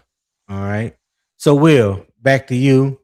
And what do you think about what Omar was talking about as far as hoping that Evero elevates even further so that way we can replace him and get the compensatory picks and hopefully promote within like someone like Jonathan Cooley. And on top of that, do you feel like the compensatory picks is even worth uh uh getting if Evero gets a head coaching job? So I was about to say that. So I, of I know course, you y'all were. know I know I'm a delusional fan. So let's say we become a top 10 defense. And I mean our defense is balling this season. I don't want him to go nowhere. The hell with that third round pick. I don't know. But you can't Cooley, control that, Will. I know that. I'm saying I wouldn't want him to go anywhere. To hell with that third round pick. Now, if it, he wants to be a head coach, like Fangio don't want to be a head coach. But I mean, I would want to give Cooley a shot because Cooley seems to be the guy, the heir apparent on as a defensive coordinator. So yeah, I would want to have Cooley. And you're right, I can't stop him, and I wouldn't want to stop him if he wanted to be a head coach. But me as a fan, I would want to keep my coordinator if I could. I Um, think um, but me being a loose, think about it like this: if we got to a top 10 defense, we got to a top 10 defense. What would that defense look like the second year with the same run it with the same talent and the That's a same good defense question. coordinator? Woo, woo, woo. I mean, you shouldn't drop off because you got Cooley there in theory. And like I said, this is all in theory that Cooley gets promoted because that makes the most sense because he's already within. And he's also been there 4 years. And like you said, Evero definitely wants to be a head coach. He interviewed for our head coaching job. Never forget that. He interviewed against Frank Wright. He's been trying to become a head coach since 2023. So he wants to be a head coach, or he That's at least wants facts. to get the opportunity to be a head coach. Even if he flames out the first time and then he just becomes a lifelong defensive coordinator, I think that's what his trajectory is. One time coach, if it doesn't fail out, you'll probably just be a career DC. But Yeah. I look at it like this here, Will. I know you guys remember this. After the Super Bowl, McDermott goes to goddamn to Buffalo. We promote Steve Wilkes. Steve Wilkes ended up flipping that into goddamn Arizona. And do anybody remember who we were left with? I believe his name was Eric Washington. Yeah, Eric Eric Washington was a D Washington. line Right. coach who now got thrown into defensive coordinator's duty because you just lost coordinators back to back. Because when your team is good, teams pluck from you. It's just the nature of the business. And so I just don't want to be in a position where we getting plucked from and we don't have no in-house talent to promote unless you're going to go out there and hire somebody else. Because you got to remember, I think Ron Rivera had to take back defensive play calling duties from Eric Washington just because it wasn't good. And then we ain't never heard of Eric Washington again. Yeah. That's Then true. maybe That's Al true. Holcomb got it one time. Like once Ron got fired and we had the Perry dude as the intern. I think Al Holcomb got it as the defensive coordinator for a little bit. Like that's all I'm saying is like, hey, if we're going to be as good of a defense as we think we are, people are going to look at Evero. It's just a matter of which team is going to give Evero that head coaching opportunity because he's going to get it one day or the other. And so it may not be this year with a top 10 tier in defense. So we may be able to run it back again because we can stop him from leaving for a lateral position. So the only way he can leave is if he gets hired as a head coach. So there's a possibility that doesn't happen, and then we run it back with another top 10 defense, like you said, Will. And we're going into the at that point that'd be the 2027-2028 season, running it back with Evero. Yeah, hold that thought real quick, Will. If you're gonna respond, shout out SC Panther Boy for that $25 super gift through PayPal. Hey, I appreciate you, my guy. I definitely appreciate you. Thank you for the $25 gift, and yeah, definitely appreciate you. And also, I wanted to shout out Red Fine Bomb, aka Blue Falcon. All right, what's up with you, Red? What's going on with you, Greek? Just wanted to show you love, give you a shout out. You know I have to throw that in there each and every time I see you. All right. Um, Will did you want to respond to Omar? Yeah, I mean, I'm on Omar's side on this. I'm just saying, Okay. Okay. yeah, I'm on Omar. I'm on Omar's side. I'm just saying, like from a delusional fan perspective, if we a Yeah. top 10 defense, if we a top 10 defense, do I want Evero or a third round pick? I want Evero. And I like would you'd be if I looking Mm. had at. to pick between the two. If I had to pick between the two, I want Evero, not the third round pick. The third Well, round pick is a let me cancellation prize. Right. yeah. Let me ask you guys this question. Does continuity matters? Meaning Yes. Yes. the continuity that we have since Dave Canales and Dan Morgan has been here. We've been in the same offense, the same defense, with the same coordinators. Now, granted, Canales is giving play calling duties to Brad Isaac this year, but it's still going to be based off the same offense. So there's not going to be a whole lot of change to it for the guys. So even like back to what you were saying, Omar. Yes, it is true. Evero definitely has been interviewing for head coaching positions ever since he's been with the Panthers. I think David Tepper understands his value. That's why he kept him on and made him available for Canales when he took over the head coaching position. Um, Even though teams may come looking, and this is just a thought. I don't care either way, or I'm not suggesting anything, one way or the other. But let's not forget, just because a team come calling, that don't mean he's gonna leave, because he's gonna want the right team, the right fit. when you talking about dealing with the ownership and the upper brass of the team. Um, he may be comfortable with Carolina and don't want to leave. You know, hell, Tepper may up his pay. You never know. You know what I'm saying? Like I It's get very what true. you're saying, but I'm just saying that there can also be other options available to him, and to the fact that he just may want to stay in Carolina and see this through. You know what I'm saying? Because he didn't got to go and reteach a defense to a new team and a different set of players. Even though the head coaching position is a coveted position in the league, there's only 32. And if I was him, I definitely would be looking at it. But just like Ben Johnson, and no, he's not African American, but when they really wanted him that first year, he turned down everybody till the job came available that he was interested in. They had a lot of cap money under the salary cap. They had a lot of draft picks, and he utilized that. So it may be one of those, it may be a situation like that. I'm just saying, I don't think it's a foregone conclusion that if if any job comes available, that that he can jump, that he'd be willing to jump at said position. That's all. No, What yeah, you that makes guys think? sense. Yeah, that makes sense. Like you said, we Yeah. don't know how desperate he is because, like you, and for your Ben Johnson's case, like you said, different race. Plus, that was his first true head coaching cycle. Evero had been out there. Yeah. Evero had been rejected, and so he may just be grateful for any team, regardless of the situation. And so just to say, so we'll see how desperate he is if a team, because my thing is I also wonder if it turns out that he turned and rejected a job, they may try to use that as dirt on his name. Oh, well, I offered him the job and he turned us down. So, he'll never get another shot in this league again. That's how Right. that's how the NFL works. That's the politics of that sport. Anything So anything is possible. yeah, Anything is possible. I would hate for something like that to happen if he does do what you say, try to, take a certain advantage. Say, you know what, I think I got leverage. I like what we're doing here in Carolina. I don't want to go to, insert bad team there. I'll wait until there's a better opportunity. All right. That's when they start calling you boy. They be like, all right, boy.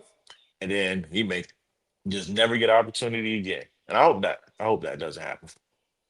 Yeah, I feel you. All right, catch up on some of these chats before we go to our final topic. I think I just had it. Okay. Yeah, Eternal said if Evero get us top 10, then Tepper better slide him 5 million in hush money to stay. Yeah, I don't think it has to be hush money because what we pay coaches don't affect the salary cap, so he can pay Vera whatever he needs to pay him to keep him if he wants him here, if he wants him to remain in Carolina. Charlie said it's strange to want your defense coordinator gone when he's done a lot more good than bad with his resume. I'm with you when you right, Charlie. Hey, like I said, I Charlie got the my Gleamer. feelings about yeah, I got my feelings about Evero. Don't get me wrong, especially when we talk about third down defense. As you can see, 2024 and 25, it has not gotten better. Yeah, it has not gotten better. 32nd and 31st in the league. And I think we've all witnessed what that looked like with our eyes watching the game last year and the year before last. Um, Charlie also said, and if Dave wasn't lying, he locked into the DC spot for years. Yeah, we'll see. We'll see. 2026 is definitely going to tell a lot. Definitely going to tell a lot. SC said, I'll take those picks for EJ if it's a linebacker or safety that pans out like Coker and uh, Corey Thornton did so far. I don't know why people still want a safety. I think we're good right now in the safety room. But what y'all got? That's a good question. What They what, want what that you think, free. Omar? They want that that kind of ball hawking safety. I think it's because we have Okay, thumpers. More as a well thumper you in theory. well well we Ransom. just drafted Zaki Weekly. Yeah, We just I, drafted I think we Zakee got Wheatley. competition in. They putting up talking about Yeah. moving Charles Smith Wade to the safety. So we got competition in the safety room. I think we got to let them Yeah. play Don't first. forget Isaiah Simmons is back there at safety. That's true. He's trained at safety. So I think we got some competition. Shake as I say, shake a little honey from the tree, and we'll see. I think we'll be better off They're this looking for year that than we Jesse have in Bates. years prior. Huh? They're looking for that Jesse Bates. Oh, yeah. But that That's that what they're definitely would looking be for. a good person to have. Right. Let's see. Eternal said Brian Flores got a scandal going on. Bring him here. Yeah, I don't think we want Brian Flores as much as I would love to have him. Yeah, he can keep that scandal. Yeah, they can keep all that.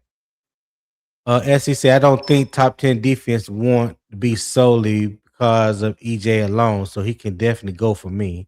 All right, SC. All right.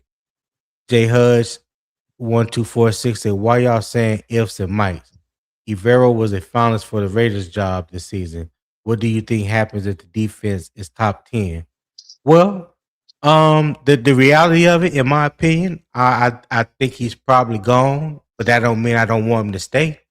If we top 10 somewhere we haven't been in a while, and I'm not just talking about total defense, I'm talking about top 10 in most of the categories, in most of the statistical categories, like we were in, like not we, but like Evero defense was in Denver, you know, downs that matter, especially not red zone defense, but third down defense. You know, and if we middle in the pack with third down defense, and the rest of the defense is steadily evolving and getting better. Yeah, I don't want that coach to go. Why would I? That's crazy to me. That's crazy. Um, Broski said continuity of the coaching staff makes it a more attractive landing spot for potential free agents. Absolutely, absolutely. SC said, "Hey William, them Tech white jerseys are still on sale on Fanatics till July 8th. It's just not the Oh, they stitched are? one, though, sir. Okay, Yeah. I'm about to Well, go right now. Go right. Hey, thank you, man. Thank you. Thank you. Thank you. I don't know what the hell just happened. What's going on? What y'all talking about? Hey, well, I've been trying to find a McMillan white jersey. Uh huh. Couldn't find it. He said they on Fanatic. I'm about to go on the website now while they still in stock. Thank you. Thank you, bro. All right. No, he said on lids. My bad. He says on lids. Lids, okay, on my way. Yeah. Yeah. Damo Smith said, "Don't want Evero to end up like Wilkes." Facts. I don't want to see that either. That's another thing. I'm glad you brought that up, Damo.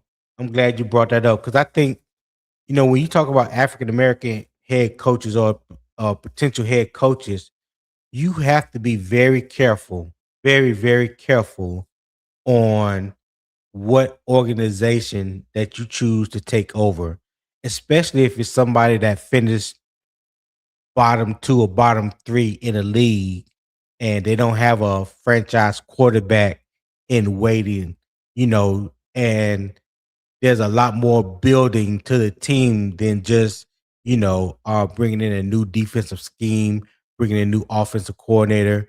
Um, I don't want him to be in a position to where he gets the raw end of the deal. We've seen that a lot in the league when it comes to black head coaches. And yeah, I do not want to see that for Evero. I don't want to see that for anybody, black or white, but especially African American head coaches. You definitely see where they get less time to change the culture, change the team around, and they get it good enough to a point where somebody else comes in and take over. But yeah, I don't want to see that neither, Damo. E-Rock, what's up, E-Rock? He said, yeah. Good morning, everybody. Good morning to you, my guy. Excuse me. Milo the Great 13. He gonna kill me for that. Milo said, if Evero gets us a top 10 defense and leaves, it's some of his credit, but more so on the talent we have, I think. Yeah. Yeah, it can be looked at that way as well. Hey Milo, hey, hit the link, man, if you want to come up on the panel. I don't know if it's still visible in the chat. But let me know if you want to come up on the panel, man. You can't see the link. Let me know and I'll drop it again. E-Rock, I can't believe ESPN got us 24th on preseason rankings. Hey, no respect.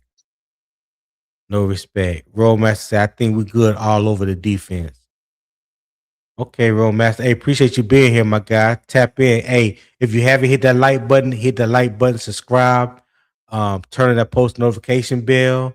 When you do, select all.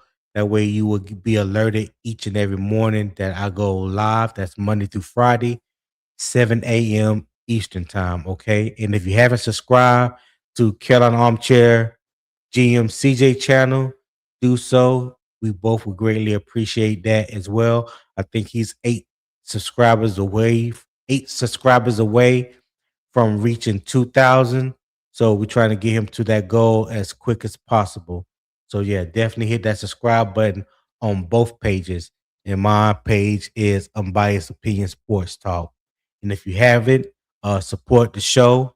The QR code is at the top right corner on the screen. You can scan that and donate to the show, whatever your heart desires. Just trying to bring good vibe, good conversation, debate, all that to you each and every morning. Okay. Milo said, if we losing coaches because we are good, then it will be easier to replace them for that same reason. Yeah, but just like I just mentioned, and like Broski said, and basically Omar and Will agree that continuity is everything. And I think um David Tepper would try to do whatever he can to keep Evero as the defensive coordinator. If that means a bump in pay, then so be it. I think he's willing to do that. So yeah, I think he thinks highly of Evero. Ronnie Young said, "What's good, Ronnie? Hey, thank you for tapping in this morning." He said they're definitely sleeping on Nick Scott leadership position and Evero's confidence in him. That's a fact. That's a fact. Nick Scott played better last year. I have to give him credit. He played better last year than the previous year. So, give credit where credit is due. But to a lot of Panther fans, that's still not enough. They still want to see him gone. I want to see him build on what he did last year, if he can. Go Nick Scott. Go Nick. Terrence Tate 4160 said Isaiah should have stayed as a linebacker. Okay, why you say that, Terrence? Because I think the proof was kind of in the pudding that he wasn't as good as a linebacker in the NFL than he was when he was at Clemson. And let's remember that when he first came to Clemson, he came to Clemson as a safety. And I think that he welcomed the change when Dave Canales said that he will be training back at safety this year. I think he likes that. I think that's more of a natural position for him. You could definitely use his length, his height, and definitely his speed in that secondary. You can do different things with him. He could be a bigger version of Trayvon Moore, you know. So I definitely can't wait to see how he's schemed up in this defense, and I hope he plays a little bit more than just on special teams because I think he can. I think he can contribute, but at the linebacker position, I think that ship has already sailed. What you think, Will? What you think about that? Or The you ship on has Liz sailed right on now? who? No. The ship has sailed on who? On I- Isaiah Simmons playing linebacker. Yeah, I think it's sailed. I think safety is where it's going to be for him. Um, do you think he's a free safety or a strong safety though? Well, he definitely listen. He definitely got the speed to play free safety. I don't think there's nobody in the back end that has more speed than Isaiah Simmons. I think when he at the combine when he came out, he ran like a 4.37, 4.35, something God like that. bless. Like yeah, he got crazy speed. He got crazy speed. He's long. He got the size. Yeah, Hmm. I could see him being a freak of nature back there at the free safety spot. I think the decision to um play him at just one position, and let him focus on that and train on that, um, I think is beneficial for him. Even though he has the size to play linebacker, Isaiah Simmons never really moved me when it came to linebacker play. When it came to like coming downhill, plugging the hole, or even his tackling, like Hmm. he's not a pull the pin type of a linebacker. And what I mean, like when he arrives to the ball carrier, it don't make you go boom. You know what I'm saying? He don't bring that thunder. But as a safety, oh yeah, I could see him. I could definitely see him playing safety. Yeah, I could definitely see him playing safety. Um yeah, yeah. You already comment on that, didn't you, Will? Yeah. So yeah, I Okay. think him focusing in on safety is going to be, I think, is the best move for him Yeah. and for our team. But and I don't know if you're going to get into this, but within that linebacker, and I don't think that we have the depth we need at linebacker or interior defensive lineman. So the spine of that defense still concerns me. It still concerns me. Talk about it. So Talk about it. Yeah. Yeah. SC said it's on Liz too, William. So I think it was on Fanatics and Liz. I think it was on I already done Fanatics ordered and Liz. mine. I done ordered. I done added my promo code in there. It's already on its way. So when you was up there, oh, you probably on Liz. That's already been completed, sir. Already. Thanks, man. Thanks. Roadmaster. I appreciate it, bro. Yeah, Roadmaster said we have the players, but Evero's scheme is trash. I can't say that, Roadmaster. I think he proved last year that the scheme is not trash. Yeah, yeah. I don't. For me, so if I didn't say it yesterday, let me say it now. I think it was more of the lack of talent than the scheme. Um, is there instances in his play calling that I wish that he would do a better job at? Absolutely, I do, especially on third down. I think that's the most obvious.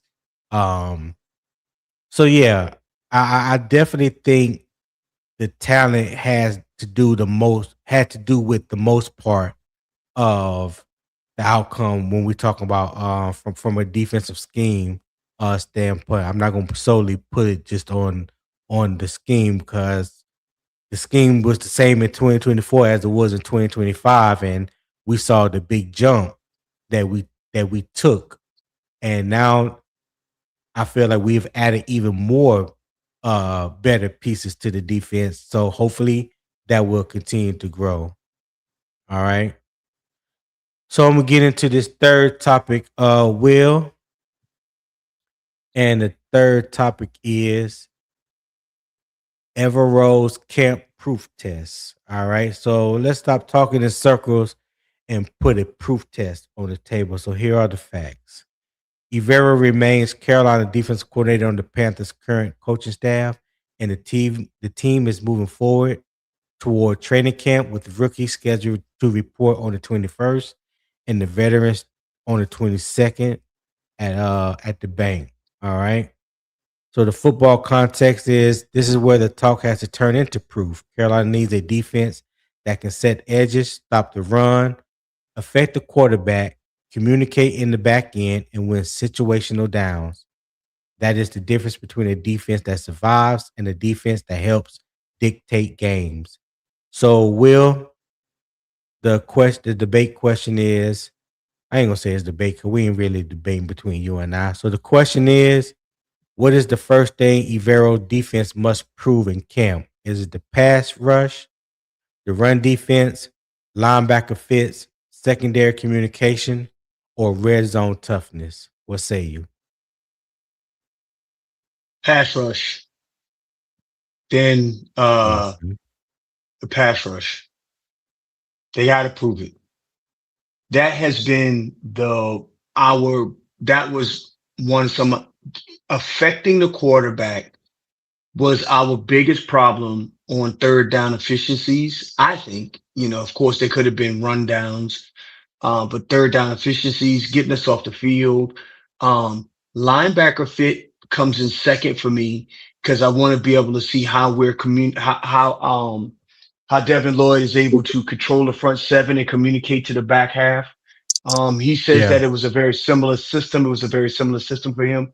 Now the back half of our defense, we have our four starters are coming back. You got our two corners. You got Nick Scott and you got Trayvon Morig and you got Latham Ransom. So Right. I'm not concerned on the back half of the defense. They just got to pick up the communication that they had from last season. But pass rush number one, linebacker fit to be able to control the front seven and communicate to the back half is what I want to see in training camp. And it sucks that we can't be there for training camp, man. God bless. Oh, I would have took Yeah. me some time off of work. I'd have been there every day with my bucket hat on and shades. Yeah. Yeah. Yeah. What's going on? Nick Gaskins, What's aka the good? Prowling Veteran. What's happening with you, brother? What's good? What's What's going good? on? Goddamn, over there looking like Jack Swole. Hey, hey, hey, Nate. Hey, Nate. What's up? I just finished my run this morning. I hope you still on the track burning it up, dog. Oh, I don't. Oh, so I don't run. I ain't run in a long time, but I cycle. Oh, you cycle. Yeah, Oh, my okay. wife likes to cycle. I'm sorry. No, Yeah. I ain't mean to change the topic, Tony. My bad. Nah, you good. You good. Talk I to me, Nick. Did you listen to the question, to the debate question? no. I just popped in, man. I've been busy this morning. I had to drop my All son off. right. Okay, so the question was, what is the first thing Evero's defense must prove in camp? Is it the pass rush, run defense, linebacker fits, secondary communication, or red zone toughness? What say you? Ooh. This Let me one's find. Let me find out. I got Nick stumped. He's stumped. so it's gonna be the front seven, but I'm gonna say linebacker communication because that's gonna be because we've the defense That's not as an a option, sir. That's not an option. I Linebacker said fits or secondary communication. What you talking about? I said so linebacker fit is gonna be Yeah. linebacker fit Okay. because we've statistically, if you actually look at where we struggled at in defensive wise, it was the linebacker core 100% more than anybody else on the field. I think that we have good pieces at the cornerback and safety. I mean, I'm gonna say we have. I'm gonna say we have pieces that we can say, okay, this is okay. I ain't gonna say. I know people get touchy when you say Nick Scott. Nick Scott, Nick Scott. I know that people have whole daggone aneurysm when you bring that dude's name up. But he plays well enough. He plays well enough to that we could be a successful defense if we get stronger over the middle of the field, which is going to be your linebacker. Your linebacker. Because Right. at the end of the day, we all know Josie Jewell could have been right beside the dude who caught the ball. He won't go stop it. Not Josie Jewell. Yeah. Rose Boone. Rose Boone could have been right beside that mug. Yeah. He ain't about to put his hand in there to stop that dude from catching the ball. So I'm gonna say Who is 100% say his linebacker fit. who is Tico calling Drew Carey? Who was that? He said Drew Carey in the building. Who? Hey, Tico, you gotta let me know who you calling. I know you ain't calling Drew me no Carey. damn Drew Carey. Yeah, ain't calling Drew Carey. Milo the Great. What's going on, my guy? I caught that. I caught that straight. I caught You just gonna roll with? You gonna just roll with the name? Hey, it. no, I caught that. he got the name because I messed up his name one I day. know. And you know how I know. I SC. remember. I was Yo, there when okay. you. I was Yeah, there when you you messed know up his how name. SC do. SC gonna pump it up. So it kind of Yeah, stuck. him What's and a up, Mello? What's good PPP. with you, my guy? No, much. How y'all doing? Oh, we good, man. We good. Hey, give us your thought and opinion on the debate question. Do you remember what it is? Nah, you can ask me again. Okay. So it said, what is the first thing Evero defense must prove in camp? Is it the pass rush, run defense, linebacker fits, secondary communication, or red zone toughness? What say you? I would say more so the run defense, because that's where we struggled year after year under Evero. We Mm, haven't had a good run mm. defense. We're not able to Okay. control or take control of any games if you can't stop the run. Like we're really strong against the Okay. pass. So a lot of teams they'll change they're a passing team. They'll change. We've seen teams change up their game plan. Like, okay, we're gonna run a little more this game because they got a really strong secondary, and they know we've been week up front and stopping the run. So I would say the run defense. You gotta Okay. really take a big step in that department. Can I So debate that? so hold on one second, Nick. Yeah, you can go next right after this. So the Russian defense has okay, 2023, we were ranked 23rd. We was ranked dead last in 2024, and then we came up and we were ranked 20th. So I would say we have made some improvement in the run game. It definitely could be better, I would say. But right now, just looking at the season as a whole last year, I would take me personally, I would take pass rush over the run defense. Me. What you say, Nick? What you got? Oh, you already said it. Oh, my you said exactly what I was about to say about Pass the run rush. defense. The run defense they yeah. got a little bit better from the year prior to this year. So you already said it. So I just say, but I understand because you know what? If I don't pick the linebackers, the next obvious choice is going to be pass rush. Great Yeah. minds think alike. I had pass rush, then linebacker fit was my in that order. Cause we got four returning back half guys. Jason Right. Horn, Mike Jack, Trayvon Morrick, and Nick Scott. We got four returning guys.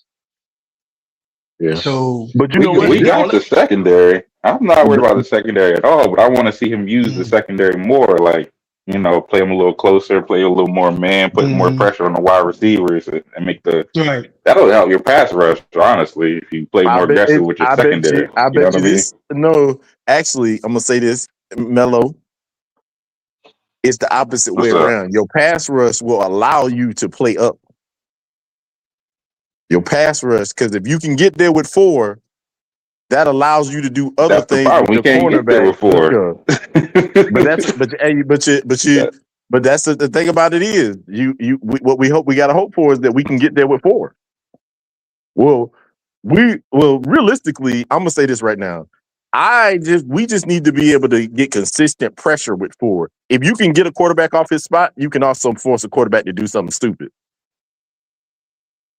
Mm. Yeah. Yeah, I do And believe our pass rush that will be better go this ahead, year. Melo.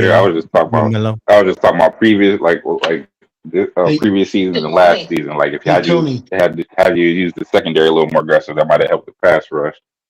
You know what I mean? Go ahead, Will. What you But gonna I do say? think our pass rush is better this year. We're waiting on him. She's just in the post. Hey, I'm gonna be going on mute here for a few minutes. I got a quick 15-minute sync meeting that I'm gonna hit, and then I'll be back to you if you're still on. But I'm just gonna be going on mute. My bad. All right, man. No problem. Go ahead, Mel. I think you were still talking. No, I finished up. I was just saying, I think the pass rush should be a little better this year. Okay. All right. So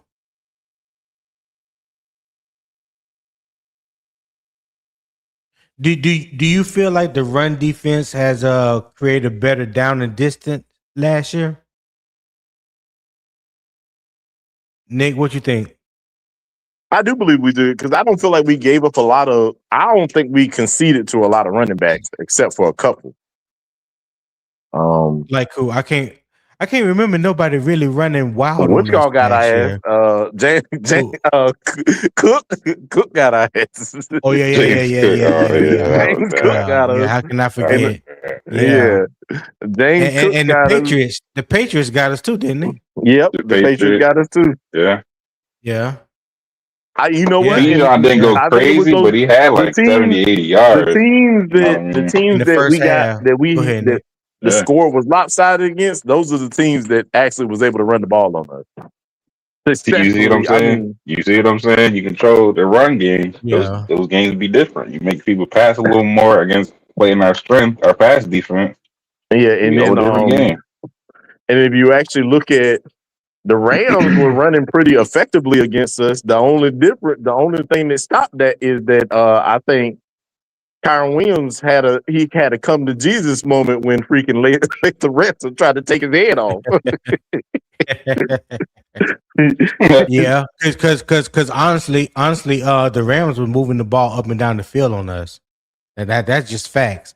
It seemed like every possession they had, they were moving the ball up and down the field at will. But it was like, in that first game, we outscored them. There were some key stops. That game could have gotten out of hand if it wasn't for the defense, to be honest. But when they wanted to move the ball up and down the field, I feel like they did, and they did that in the second game as well. They came out and jumped on our head in the playoffs. Look, Tony, look what he did when he figured out he couldn't pass on the outside on Mike Jack and what's it called. He started throwing the ball over the middle of the field. Right, yeah. No, you're right. You remember Yeah. Puka Nacua was on in both games. Puka Nacua was on the outside majority of the time. But that second game, you remember he moved him at the second half. He moved him on the inside, and it showed our weakness. I mean, literally, yeah. I mean, but I get what you're saying, though. Yeah, I do think that the run defense obviously could be better. I mean, if we could get into the top 15 for run defense, that would be great. But I think the most improvement that needs to be made is, just like you said, is probably the pass rush. That's going to be the best improvement that has to be made. You got to pick it up. And I ain't even going. I'm not one of those people who say a player has to get 10 sacks to justify the money that we gave him. I'm more to say this. I need to see consistent pressure, moving quarterbacks off of their spot, and making quarterbacks make bad decisions. Because the thing people don't realize is that playing the way that they do in the zone for the cornerback, they are facing the quarterback. So that means when he decides to go and make a errant throw, they have ample opportunity to jump that route. Right. So if you say pass rush, then tell me who has to win. Who has to win in order for that pass rush to be effective on a consistent basis? I think what has to happen is Jalen Phillips has to force people to double team him. Okay. I believe if Jalen Phillips, because I ain't gonna say he has to get the sack, because if he forces you to have to double team him, it is going to be holy hell up the middle of the field. Yeah. Because I you know. Because right now, if you decide that you got to double team Jalen Phillips and you leave Big Grizzly by himself, whoever's in front of him gonna get tossed like a little kid.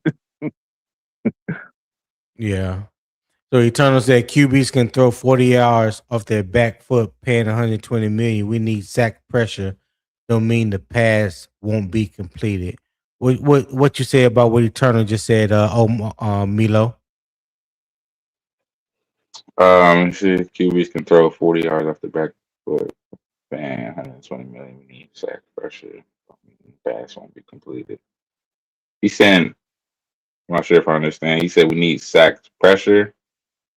So is he saying pressure don't mean nothing? They can still complete the pass? Is that what he's saying?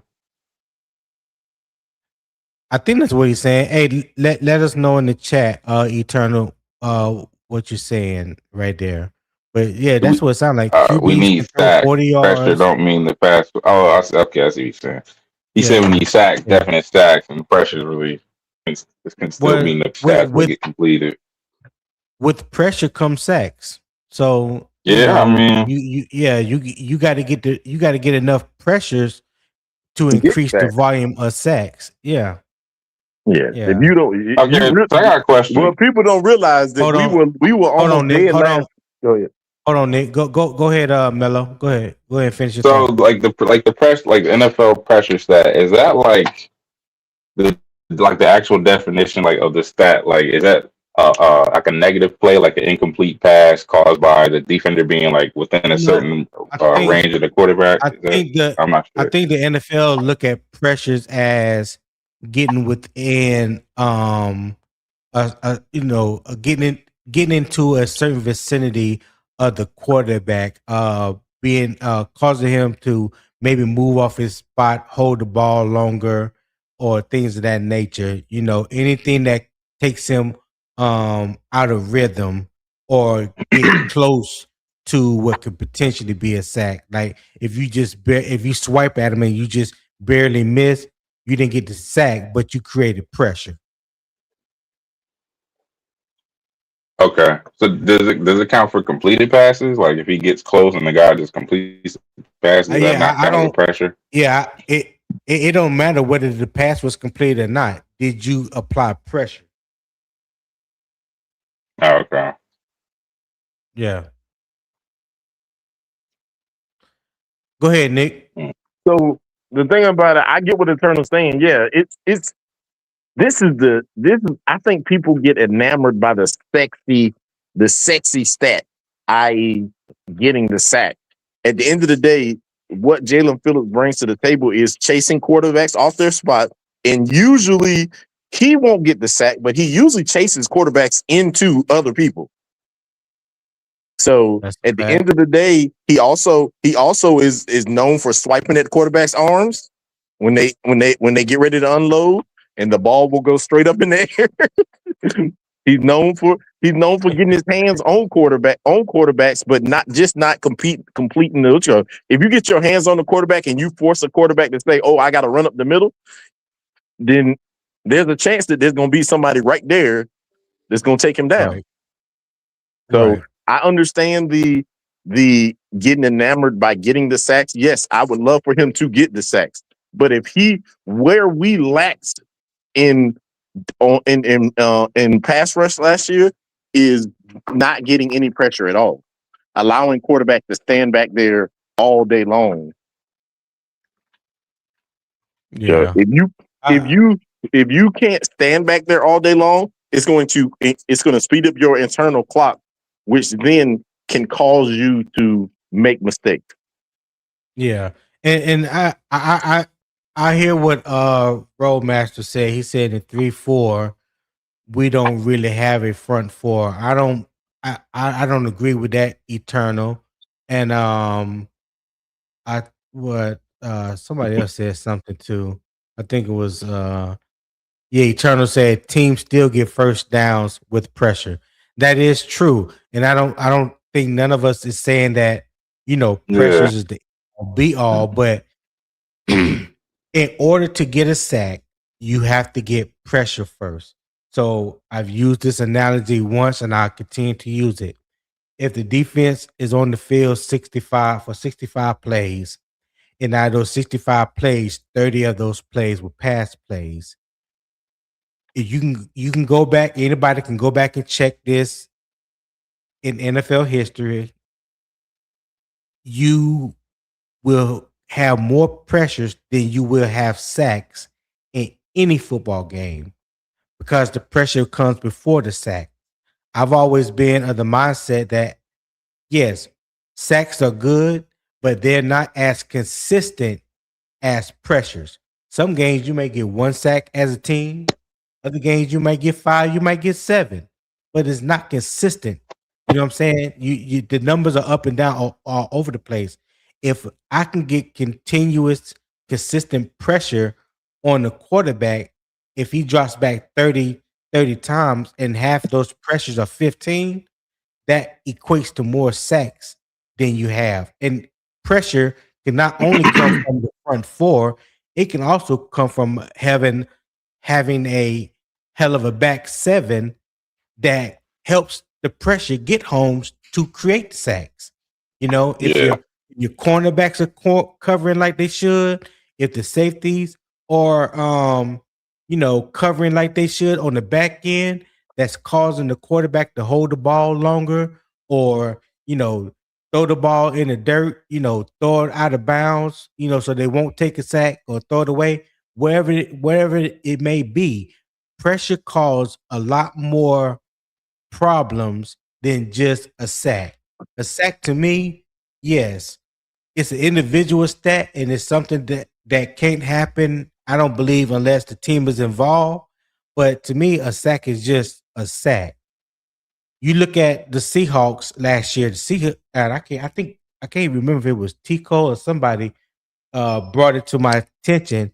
The Seahawks defense last year did not have one player with double digit sacks, but their pressure rate was off the charts. And that's what they did all game long. If you drop back, they apply pressure. And that's how they got a lot of their sacks, individual sacks, a lot of interceptions. There was a lot of balls thrown in the dirt, thrown out of bounds, you know, anything of that nature. So yes, for me, in my opinion, um, I definitely like pressure more than sacks because pressure is more consistent than sacks. Yeah, I What think you I got? do too, man. I think I agree with you. I mean, sacks can be like just like an empty stat. You know what I mean? If I get a sack on the first play of the game and don't do anything after that, and we end up losing by 20 points, what good was the sack? It's just a stat. It's just a stat at the end of the day. But if I get consistent pressures and throw Yeah. the QB off his spot and he threw a whole bunch of incompletions, his completion rate was low. He might have got a tip pick or something like that. I think I value that more than the sack. Thank I mean, you. that's just Thank y'all. I mean, y'all have just made my day, Hey, man. hey, I'm Go glad ahead, you Will. said that. What you got? Brian Burns had 16 sacks and 4 wins. yeah. You see what I'm saying? He Hey, got all them sacks that's why I for try to what? tell people. Miles Garrett had 23 and they had 5. Yep. So like I said, when you look at that Seattle Seahawks defense last year, they did not have one double digit sack leader at all. Yeah. But They you know what they created did havoc. have? They created havoc with the pressure. And that pressure caused more conflict than a sack. So yeah, I would Red say Fine the sack. Bomb. We done had hold on, Omar. I mean Mello. Yep. We done had this conversation multiple times, Red Fine Bomb. And I'm not gonna entertain you today, sir, unless you on the panel. And you're not on the panel. So Hey, whoop de get doo. somewhere and sit down, running our light bill up. Run our light bill up, running in and outside the door. Running in and out the door. Go ahead, Mello. What you gonna say? I was about to say, I think it's more valuable if you shrink it down to like a drive, like if I get in a 4 downs and I get a sack, that's very valuable.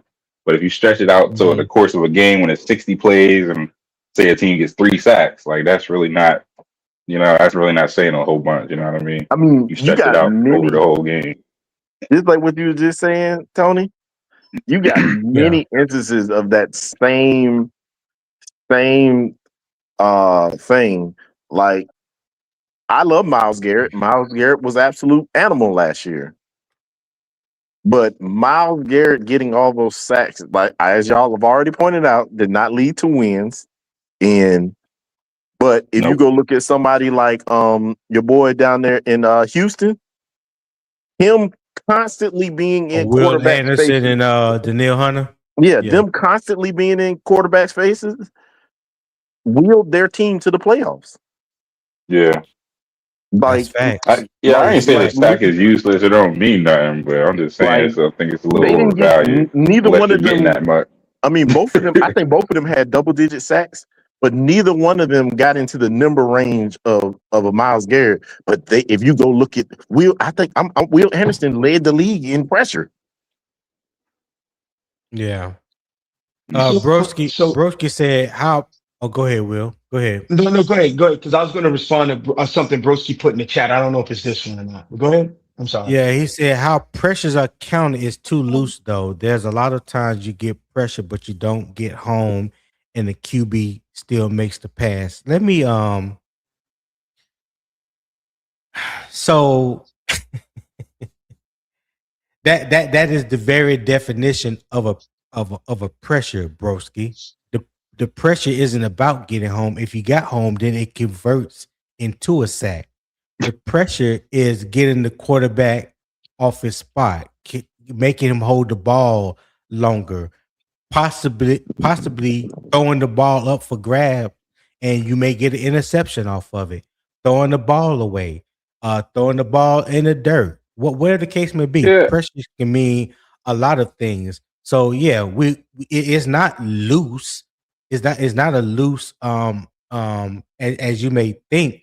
There's just a lot more things that can happen when you causing chaos from pressure. Now, you got some people that value getting a sack more, but like I said, Can I give the definition? Can I give the NFL definition of a pressure? Go ahead, Will. Yeah, I want to hear that. The definition, the NFL definition of a defensive pressure is any play where the defender physically influences the quarterback, forcing them to alter their throw, scramble, tuck the ball, or throw the ball away, is the definition of an NFL defensive pressure. Okay. So Red Firebomb and his way of helping keep the conversation going. He said edge rushers are getting massive deals for the number of sacks they put up, not the number of pressure. Ha ha ha. And you are absolutely right, Red You're right. Firebomb. I cannot dispute that at all. But as I've said before, the two top sack leaders last year won 4 and 5 games that did not benefit their team whatsoever. Myles Garrett the year before was top 2 in the league in sacks. Did not matter whatsoever. The year before that, he was in like a top 3 or top 4. Didn't matter whatsoever. So my stance still stands. I would prefer pressure. The pressure could come from the front end and the back end. I don't know how many more times that needs to be said for people to understand. So I think I've said it clearly. So I'm going to move on from that. All right. So Rollmaster says sacks are great, but consistent pressure is more effective. Thank you, Rollmaster. Exactly. Charlie said, "LOL, Red. I just think at some point you get enough pressure, it gets to a tipping point, and the sacks start flowing like water." Talk to him, Charlie. Talk to him. Put him in the back room and explain to him exactly what you mean. You think about it.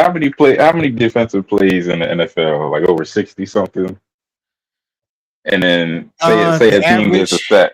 Yeah. Say a team gets a Yeah. sack, one sack a quarter. That's 4 sacks over a course of over 60 Mhm. plays. You know what I mean? I'd rather have, however many like the Yeah. average pressure in the game. I'd rather have that. Yeah. So Broski said pressures are participation trophies. Don't downplay the value of a sack. I don't think we're downplaying the value of a sack at all. I think some of you are downplaying the value of a pressure. That's what I'm hearing. Like y'all seem to not understand. In order to get a sack, you have to get said pressure. 1 + 1 is Yeah, 2.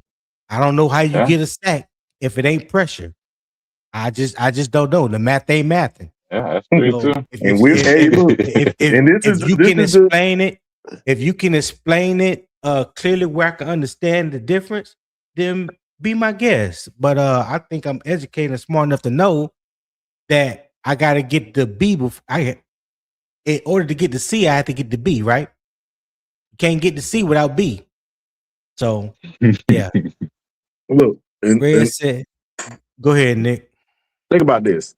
Will Anderson had double-digit sacks. I think it was like was it like 11 or 12 or something like Yeah, that? I forgot what 12. it was.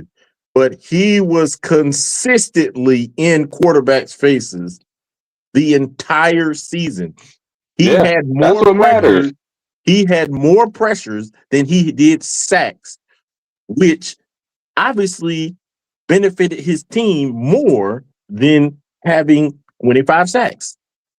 Yeah, like I said, that leads to incomplete passes, low completion percentage. You know what I mean? Tip passes, or him We having get to it. throw We off his get it. back foot. It sounds sexy to say, "Oh, you had 25 sacks. Oh, that's great." And that's the end of the play. And that's cool.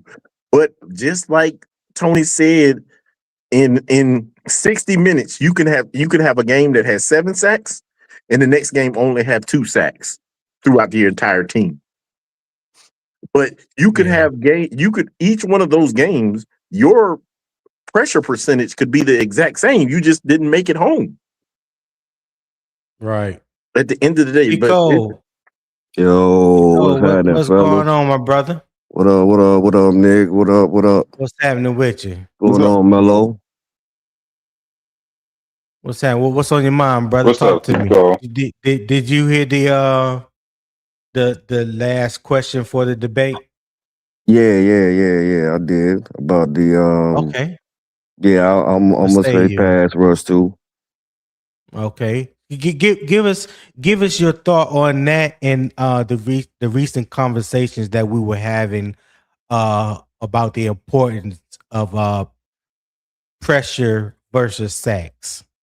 Yeah, Because I you play in wanted the to. NFL, you know firsthand what those type of things can bring to the table for a team. So expound on that a little more for us, if you will.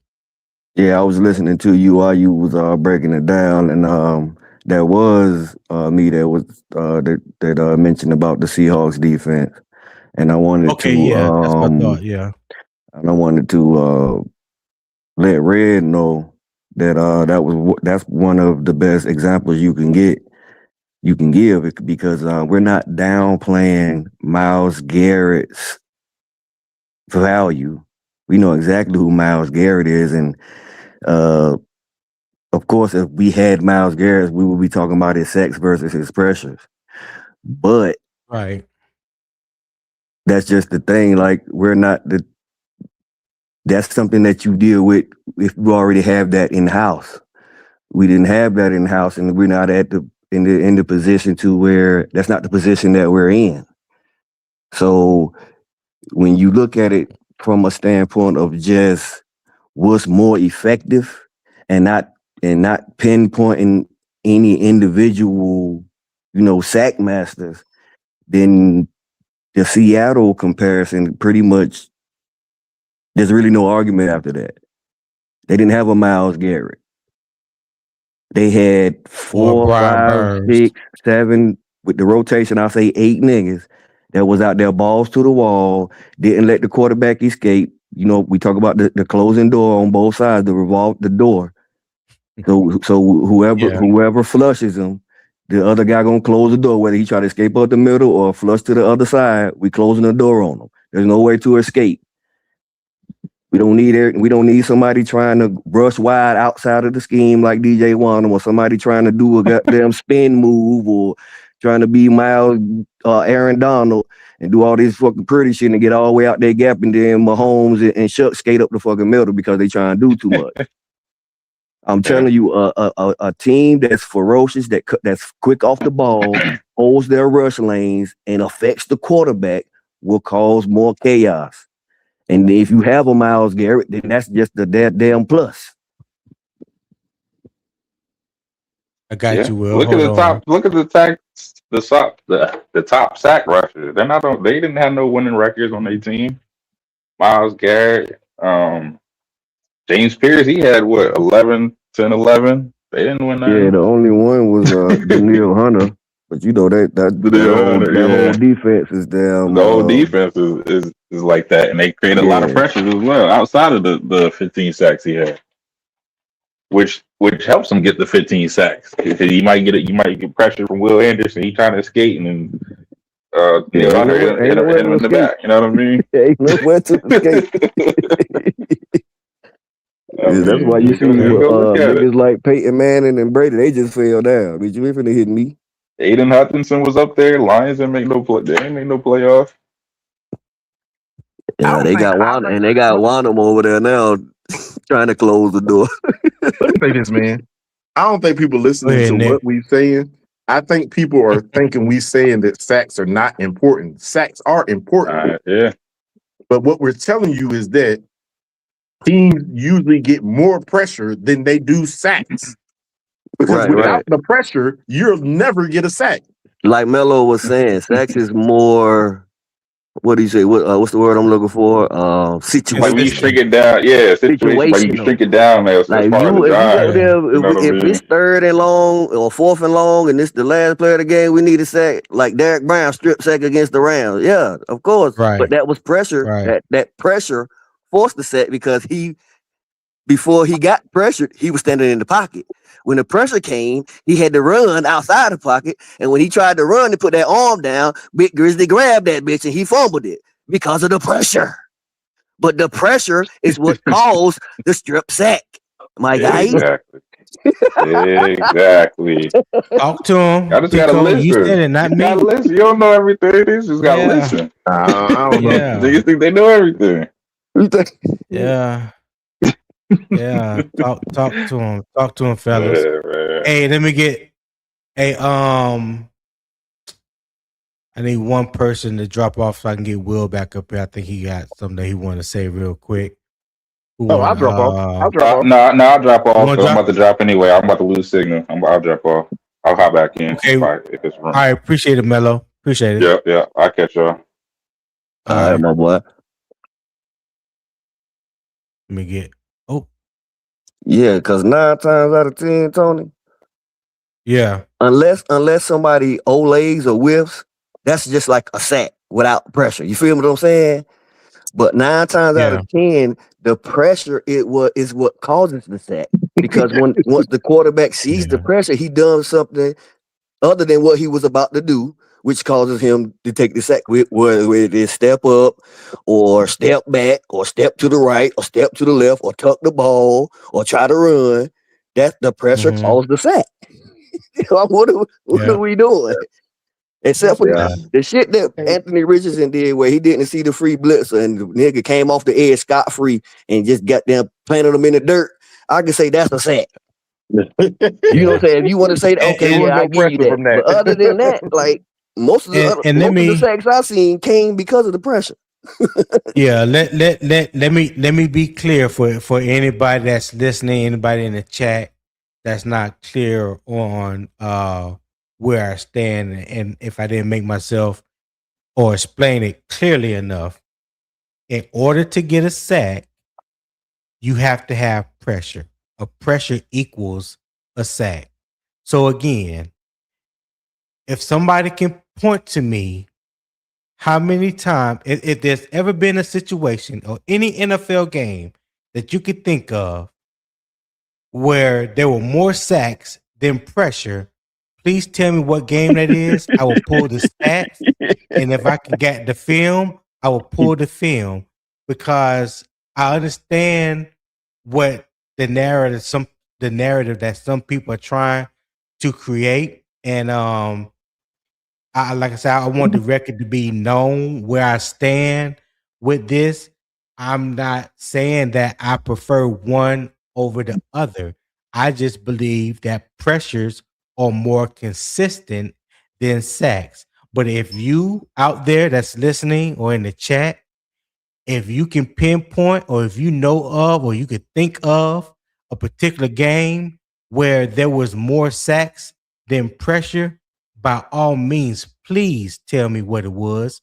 And we can look at the stats of that said game, or we can even pull the film, and I will be glad to put it on the screen. Okay. Even hey, Tony, look. Tony, Oh, go ahead, Go ahead, Will. Will. Go ahead, Will. I I think that everybody truly understands that sacks man. And nobody on the panel is saying that it's not. But I just want to say Yeah. this. Daniil Hunter had 83 pressures last season. 93. Okay? 93. No, Daniil Hunter had 83. And You said Daniil Hunter. My Daniil bad. Hunter had 83. And old boy had 93. And Anderson had 93. Will Anderson. Yeah. Will Anderson had 93. I just want you to understand. Hold on, Will. Take What was the grand total of those two pressures? 150. Do that for me. I think it was 100. It was number No, one in the not league. Let's just say 93 and 83. That's 93 and 83. That's about 176. 176. About 170, 186, They're something like that. 200. Now, with that What's being that? said, 19 and 15. how many defensive plays did they run last season? Just think about that. Yeah. You had Probably like not maybe many. 300, probably 300 and something defensive snaps they had last season. Yeah, they didn't run many because they was getting off the field. Half of them, they affected the quarterback. Yeah. Yeah. Pretty much the whole game that was And so now I take Didn't that. know what's happening. I wanted to take that particular stat and juxtapose that to the divisional round game that they played. Their defense pressure was so good that if Stroud would have kneeled the ball 3 times and punted it on every offensive possession, they would have won the game. Mm-hmm. To say that pressures is an empty calorie shows that you are just being staunch in your position of the ESPNisms of the world. That is not real. Right. Answer me this, Tony. Answer me this, big dog. Oh, hold on, Tico. Hold on. You know how Red Farmbomb is, Blue Falcon, aka Blue Falcon. You know how he do. He like to stir the pot every now and then. I get it. I get it, my brother. Go ahead, Tico. What's one of the easiest sacks you can get in the world? Pressure sack. One of the easiest. Unblocked defender. Okay. I'm gonna say. Okay, yeah, the unblocked defender, exactly. Okay, so let me kind of propose it in a different way. Is there a way you can get a sack without even touching the quarterback? Nope. You sure? Yeah, if you fall down. Oh, you fall down and you touch him? No, I'm talking about a strip sack. Oh, a strip sack. Yeah, so the quarterback holding the ball in his arms and you run past him and you just tap the ball out his arm. That's a sack and a fumble and a strip, right? And a fumble on the fourth fumble. Yeah, that's facts. Yeah. Okay, that wins our whole point. We didn't even have to touch the quarterback to get a sack. All we had to do was be there. So can I? So Red, I Go did ahead, not forget to. Red Swarm. I did not forget to mention. I'm sorry. Go ahead, Will. Go ahead, Will. No, go ahead, Will. Hold on, Tico. Go ahead, Will. Ray Swarm, I did not forget to mention that they had 27 sacks. What I'm trying to explain is pressures matter, sacks matter, but what happens is that people keep making it seem like sacks is the only thing that matters. That's the point. No How one is many? saying How that. many? How many pressures? How many pressures was it again, Will? I think it was what 170 Total about something. 176. So with all that high, with those high numbers of pressures, it created how many sacks between those two? 27. Okay. Go ahead. So I did not omit to mention that they didn't have 27 sacks. I guess what we are all saying that sacks matters, but consistent pressure affects the game a lot. A Yeah. lot. And causes Eternal. those and causes those sacks. People are trying to make it seem like pressures are empty calories. Pressures are not empty calories when it comes to defense. Yeah. This gave the That's all. perfect That's all I'm analogy. trying to say. The strip sack. Charlie the gamer said to you, he said, nah, Tico, LOL, a strip sack isn't a pressure. You still had to make contact before the ball leaves the hand. No. What say you, Tico? No. If I'm rushing the quarterback and the quarterback has the ball tucked and he hasn't and his arm motion isn't going forward, I knock the ball out of his hand. I don't have to touch the quarterback. All I have to do is touch the ball. If I bat the ball out of the quarterback's hand, that is a strip sack. Yeah, that is true. That's true. Period. I don't have to touch his pinky, his palm, his nothing. All I got to do is make him fumble while he got the ball in the pocket. Strip sack. I don't make the rules. That's what it is. Big Grizzly did it to Matthew Stafford last year. He knocked the ball out of his hands before he even touched him. They had already called him that was a sack. So, and I think that, and people keep making it seem like it's so such a subjective tracking. It says it occurs when the pass rusher physically influences the quarterback. It didn't say if I cause you to have to step up in the pocket and somebody else get the sack, my pressure caused the sack. Exactly. Hey, I don't think about this. understand. I got y'all. This will put things in perspective. So the sacks are important. The sacks are important because they took them down and they ended the play right then and there. But think about it like this. They ran 694 plays last year, Neil Hunter and Will Anderson. 694 plays. They got pressure 25.4% of the time. That's one pressure every 4 snaps. Every 4 play. Yeah, right. And what's the percentage of their sacks based off the pressures that was created? I'll tell you 1 second. And think about it. Some of those plays were run plays. Out of those 600 some odd plays, some of them, half of them was run plays. Yeah. Oof. Yeah, that number. Keep them away from my quarterback. You keep them away from my quarterback. That's all I got to say. So they had 3.89% for sacks. That's one sack every 5.7 snaps. Yeah. So, like I always say in the famous words of Jay-Z, men lie, women lie, numbers don't. So take that however you choose to take it. Do with it whatever you choose to do with it. The numbers are the numbers. So yeah. But it's all in opinion, right? We're not sitting here saying that it's 100% concrete or whatever. My opinion, like I've stated before, and I say again, I would rather have consistent pressure because that can cause more chaos than a sack.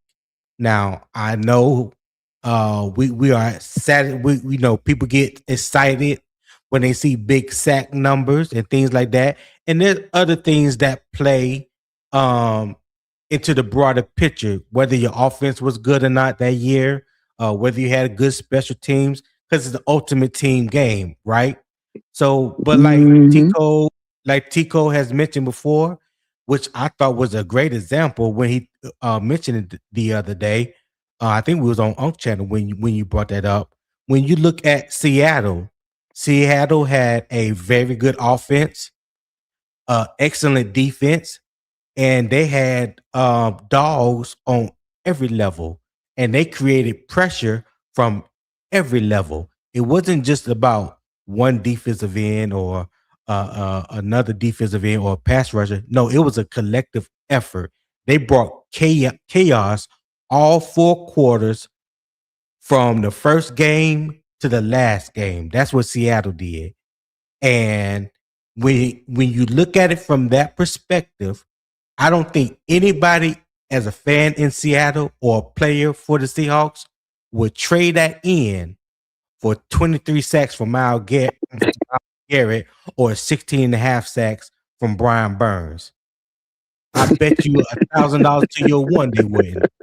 So again, if we can get our defense to cause consistent pressure this year, if Jalen Phillips can help do that, if Devin Lloyd can help do that, I believe our sack total as a team will increase.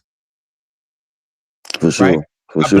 believe the sack total will increase, but I would love to see the pressure that we haven't seen in the past 2 or 3 years from our defense. Because when we just talk about Panther football, applying pressure is something that has eluded us for the past few years. Yeah. They see they always want to take the low hanging fruit, but shit really don't, you know what I'm saying, don't really add up in the grand scheme. Like somebody in the chat said, you can get pressure and then the quarterback escape and still throw a bomb or something like that. That shit don't happen all the time. Ain't that many Mahomes and goddamn people breaking through no pressure and throwing bombs down the field. Like they might escape and run for a first down, or they might complete a pass. That's gonna happen. But what's gonna happen? What we've seen happen more of the time is what Tony said: is Myles Garrett having 23 and a half and winning 4 games. Or Brian Burns winning 4 or 5 games. That happens more than a quarterback escaping pressure and throwing a bomb. So come on now, if you want to pick something to use in your argument, at least pick something that have some kind of validity to it that you can argue. You know what I'm saying? Because saying that there's a chance he can escape and throw a bomb. Come on now, what are we doing? Well, Red Swarm, I think at this point, we're going to agree to disagree. You feel how you feel. I feel how I feel. I think there's enough people that have commented on the panel, in the chat. You know, everybody has an opinion. I ain't taking that away from nobody. Never have, never will. So yeah, I'm just gonna wash my hands on that situation and say we just agree to disagree, my brother. Hey, it's all good. It is all good. All right, fellas, we're getting ready to get up out of here. Is there anything else anybody would like to say on the panel? Go ahead, Will. We'll go with you first. Hey, thanks for the good time, man. It was a great conversation. I think that we understand that Ejiro Evero is a lot better defensive coordinator than we give him credit. That's hard for me to say because I was the Ejiro Evero guy with my pitchfork out. So I guess I gotta eat my words a little bit. Hey, my bad, EJ. I look forward to seeing what this is gonna look like this season coming up. Thanks for allowing me on the panel, Tony. Hey, no worries, no worries. Go ahead, Nick. Hey man, I just wanted to say this, man. Y'all was talking about the Seahawks. The Seahawks had almost 40% pressure rate. 40% pressure rate? Yeah. They had almost a 40% pressure rate. Yeah, that's pretty ridiculous. You see what I'm saying? And they But won. we still And they won the Super debating Bowl. though. But we still debating. And they won the Super Yeah. Bowl. Enough Yeah. said. Go ahead, Tico. But yeah, Nick kind of just closed the casket and nailed it. And hey man, listen, EJ. I mean, all different coordinators, they're gonna have, their weaknesses. Even Fangio, the mastermind of the defense, Philly defense ain't all world. They won't top 5, even with the players that they got. You see what I'm saying? So I think he's good at what he does. A lot of people, fans, and some players, Brian Burns, a couple of others, Lou Vu, some of them, say there's things that they don't like about him. That read and react first, dropping the DNs back in coverage on certain pass downs when the DNs want to eat. They're trying to get their numbers. But I think his scheme, there's a method to his madness. And we've seen what he can do with the passing concepts and being prepared for route concepts. Our DBs normally eat. So I think, like you said, with the talent that we have, if you compare our talent with all the teams that we played, especially those upper echelon games, we didn't have as much. We didn't have nowhere as near as much talent on either side of the ball in those games, bro. So just you know what I'm saying? So just imagine what we can do if we can play that same type of, ball with, and now stacking up the same when we can, get off the bus looking the same as these other niggas type shit when it comes down to, just talent for talent, guy for guy. All right. So hey Nick, let me drop you off and let me get Broski up here and let's hear his spiel real quick. So I want to be open, honest, and fair to everybody. So let's see what Broski got. So I'm gonna just drop you back into well damn, he already left. Okay. Let me bring Broski up. What's up, Broski? Talk to me. Thanks for letting me back on.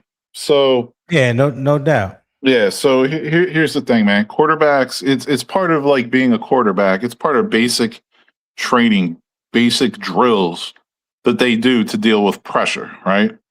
You get pressure on the quarterback, sometimes the pocket collapses. What are you taught like fundamentally as a quarterback since you're playing quarterback since middle school? Step up in the pocket, right? So it's not necessarily you have to break the pocket and throw a bomb down the field and all this stuff, right? Like it's more like a pressure is highly overrated because you're not getting there. You're not necessarily creating a positive outcome for the defense, right? Now, pressures where you get hits on the quarterback, yeah, that adds up. I'm not gonna lie, like that will most likely add up, right? So that's a little different. But what I'm saying is this too: you got to look at it if you're an offensive coordinator as well, right? Okay, this end is getting a lot of pressure. We're having a difficult time blocking him, right? So what's the best way? And T. Cole can answer this. What's the best way to counter like a defensive end who's getting off, who keeps getting to the quarterback or creating pressure, right? You run right at him. Run at him or chip him with a tight end or running back. Yep. Right. Okay. So a lot of like the Ben Johnsons of the world and the Kubiaks of the world and the Shanahans of the world. Okay, you're bringing some pressure. You're doing a good job today. You guys ate your Wheaties this morning. Whatever. like guess what? Keep bringing that pressure because we're just setting you up now, and they're going to take advantage of it. Right. The only way to guarantee it's not going to be taken advantage of is if you get home and get the sack. Right. Yeah. So hold on. Tico, you go, and then we can go. But let me ask Broski a question real quick. So, just listening to what you were just saying, and I know you was talking about the pressures from the DN, right? But can the pressure come from anybody on the line? I was just using that. So yeah. So I get what you're saying. So yes, most of the time, if the pressure's coming from the defensive end, yes, if the pocket is available for the quarterback to step into or step into and out of, Right. yes, he can do that. But what if the pressure is coming from the middle? Well, I'm glad you brought that up because I was actually just going to say pressure in general, and I thought you were probably going to call me out and say the other way. No, I ain't. No. Well, that's the same thing. But it's yeah. If the pressure's up the middle, obviously you can't step up into it, or you're going to get sacked, right? Right. Right. So then what's going to happen? Then you're going to counter that. The offensive quarter is going to counter that. So like a lot of times too, like, if it's 4th and inches, right? I mean, sometimes it's a little dump off to the tight end who's not getting covered because they're bringing the house or something, right? Let's just be real. If it's 4th and inches, hold on. If it's 4th and inches, 9 times out of 10, you running it. You ain't passed it for 4th and inches. Let's just be honest about that. Oh no, I understand that, but I'm just saying a lot of these quarterbacks in the league now too. Like you got to understand, this is basic for them. This isn't like. It's like, oh, we got a pressure, check the box, PFF, add the stat. It doesn't necessarily mean they have an impact. And like I'm saying, week 1, when you're playing Ben Johnson, Caleb Williams, and that offense, you better bring that guy down because this guy thrives off of that stuff. So I don't want to hear about the pressure. And another, let me just finish one more point, and then I'm just going to shut up.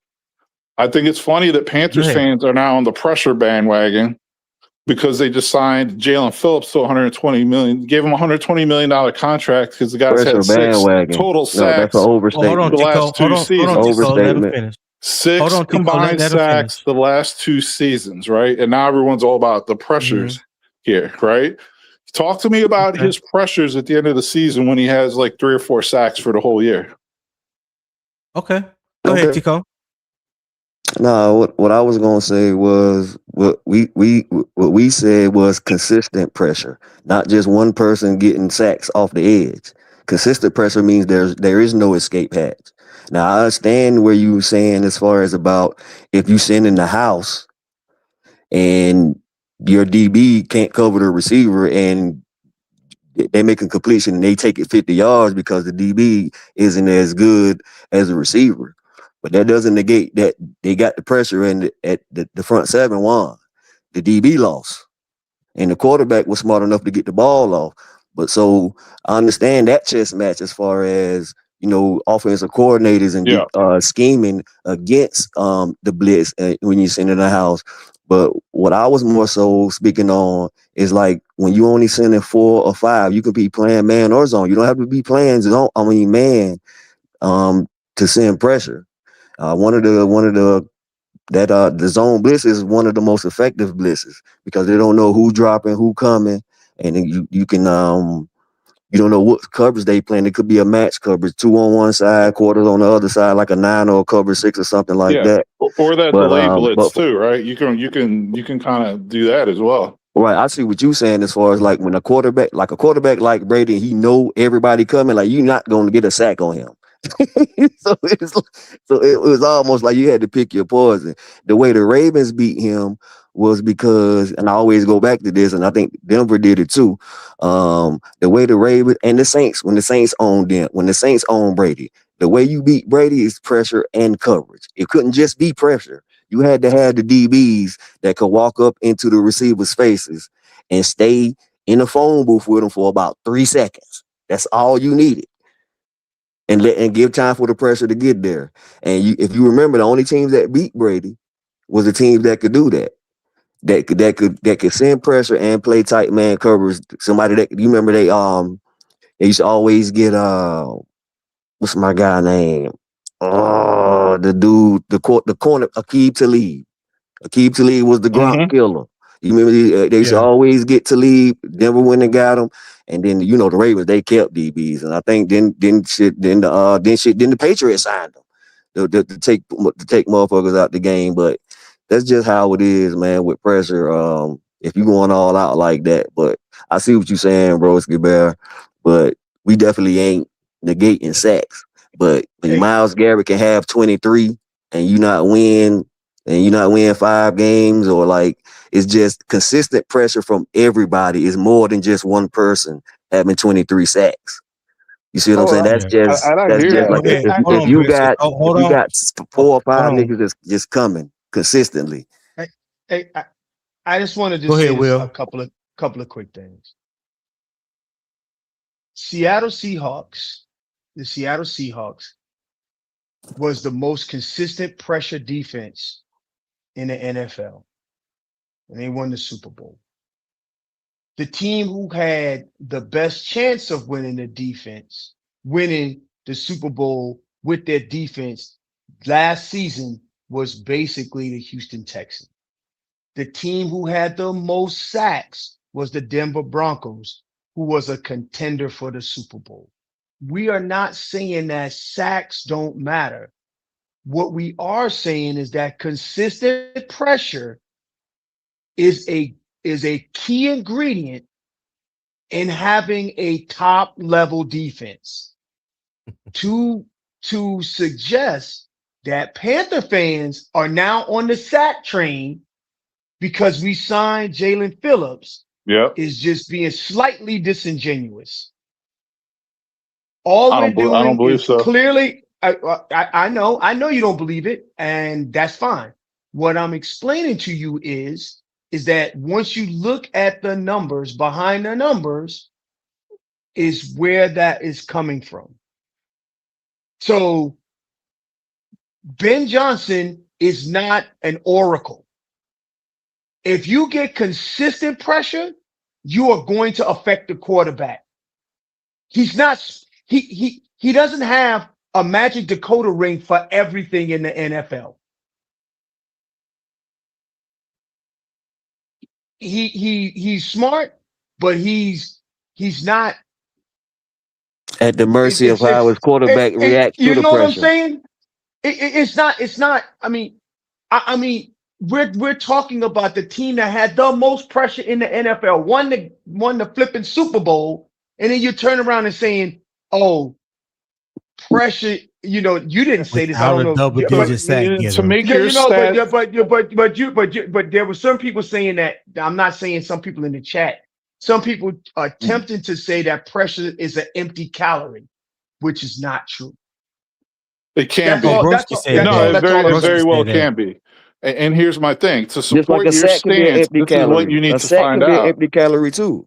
How many, right, of these pressures, these plays that you generated pressure, right? Did they check the little PFF stat box because they're subjectively measured pressure, right? Right. Yeah, we How many understand times that. was the play still successful? We You're going to understand find that. out the play was still how many successful We sacks? know on a that. lot of those, right? I got Hold on, to guys. take off. I got to take off after this. Yeah. How many empty calorie sacks does Myles Garrett have last season? Thank you. Yeah, and so you're gonna Man, go get there, out of right? here And I'm with sure that, he, I'm man. No, sure he had a that's couple valid, where the bro. guy laid down, but why did he lay down? It's valid. But why did he lay down? I got to get off. Hold I on, got to get off guys. to my Hold next. on. Okay. I got to get to All my. right, I got to Will. get Go to my ahead. meeting, I'm just guys. gonna destroy that And point really quick. Broski, hold on, Broski. Hold on. I just said hold on.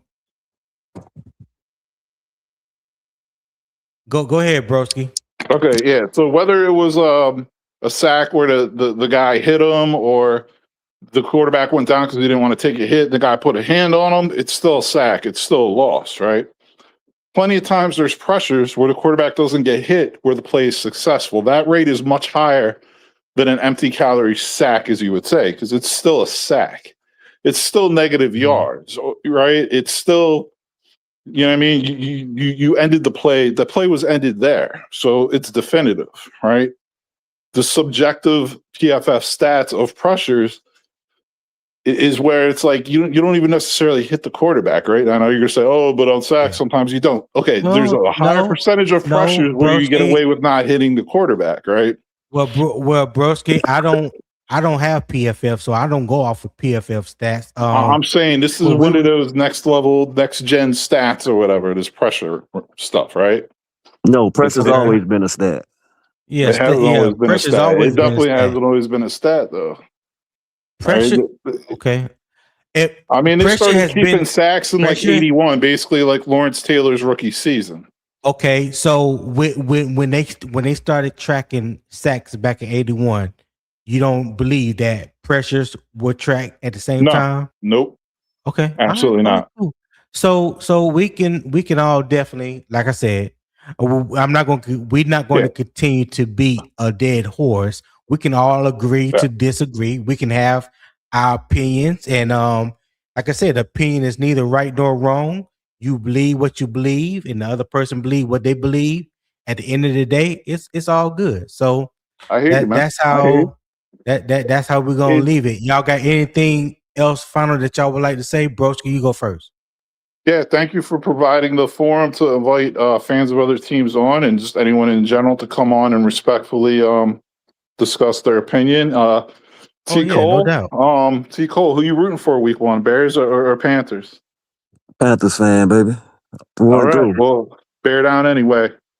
Oh yeah, I'm always gonna be, I'm always gonna be, have a little something in my heart for the Bears, but ain't none of them niggas there that I was there with, not front office or not. I Yeah. hear you, man. Well, Tico, go hey, ahead. guys have a Go ahead. great day. Go All ahead. right. You too, All you right, too, bro. broski. Yeah, man. I ain't got nothing else to say. I think we done, I done said my little closing, Yeah. arguments or whatever, and That was a like, little good back and forth debate. I enjoyed it. I yeah, it enjoyed actually wasn't a debate, but it. you know how that go. Hey, shout out to my boy Blue Swarm for bringing a little juice, a little spiciness to the Oh yeah, panel for today. sure. I Yeah, damn appreciate that. right. Appreciate you, I Blue. appreciate that. All right. So yeah, man, I'm about to go ahead and make my closing statement, and so we can get up out of here. So yeah, the Evero debate has to be fair, but fair does not mean soft. All right. Denver proved he can coordinate a strong defense. Carolina's 2023 numbers proved his structure can produce, but the full Panthers reality still leaves real questions. So here is where I stand. Do not give Evero lazy blame, but do not give him automatic protection either. If you blame the coach, explain the breakdown. If you defend the coach, explain the roster limitation. Evero should not get lazy blame, but he should not get automatic protection either. All right. That is how we keep the conversation football smart. All right. So that's it today for the morning kickoff with unbiased opinion. On your way out, please hit that like button, subscribe, turn that post notification bell so you'll be alerted each morning when I do go live. That is Monday through Friday, 7 a.m. Eastern time. Okay. Share it with your people and drop your answers to the questions in the comments. All right. No fake hot takes, no media spin, just real football take. Real football talk. My bad.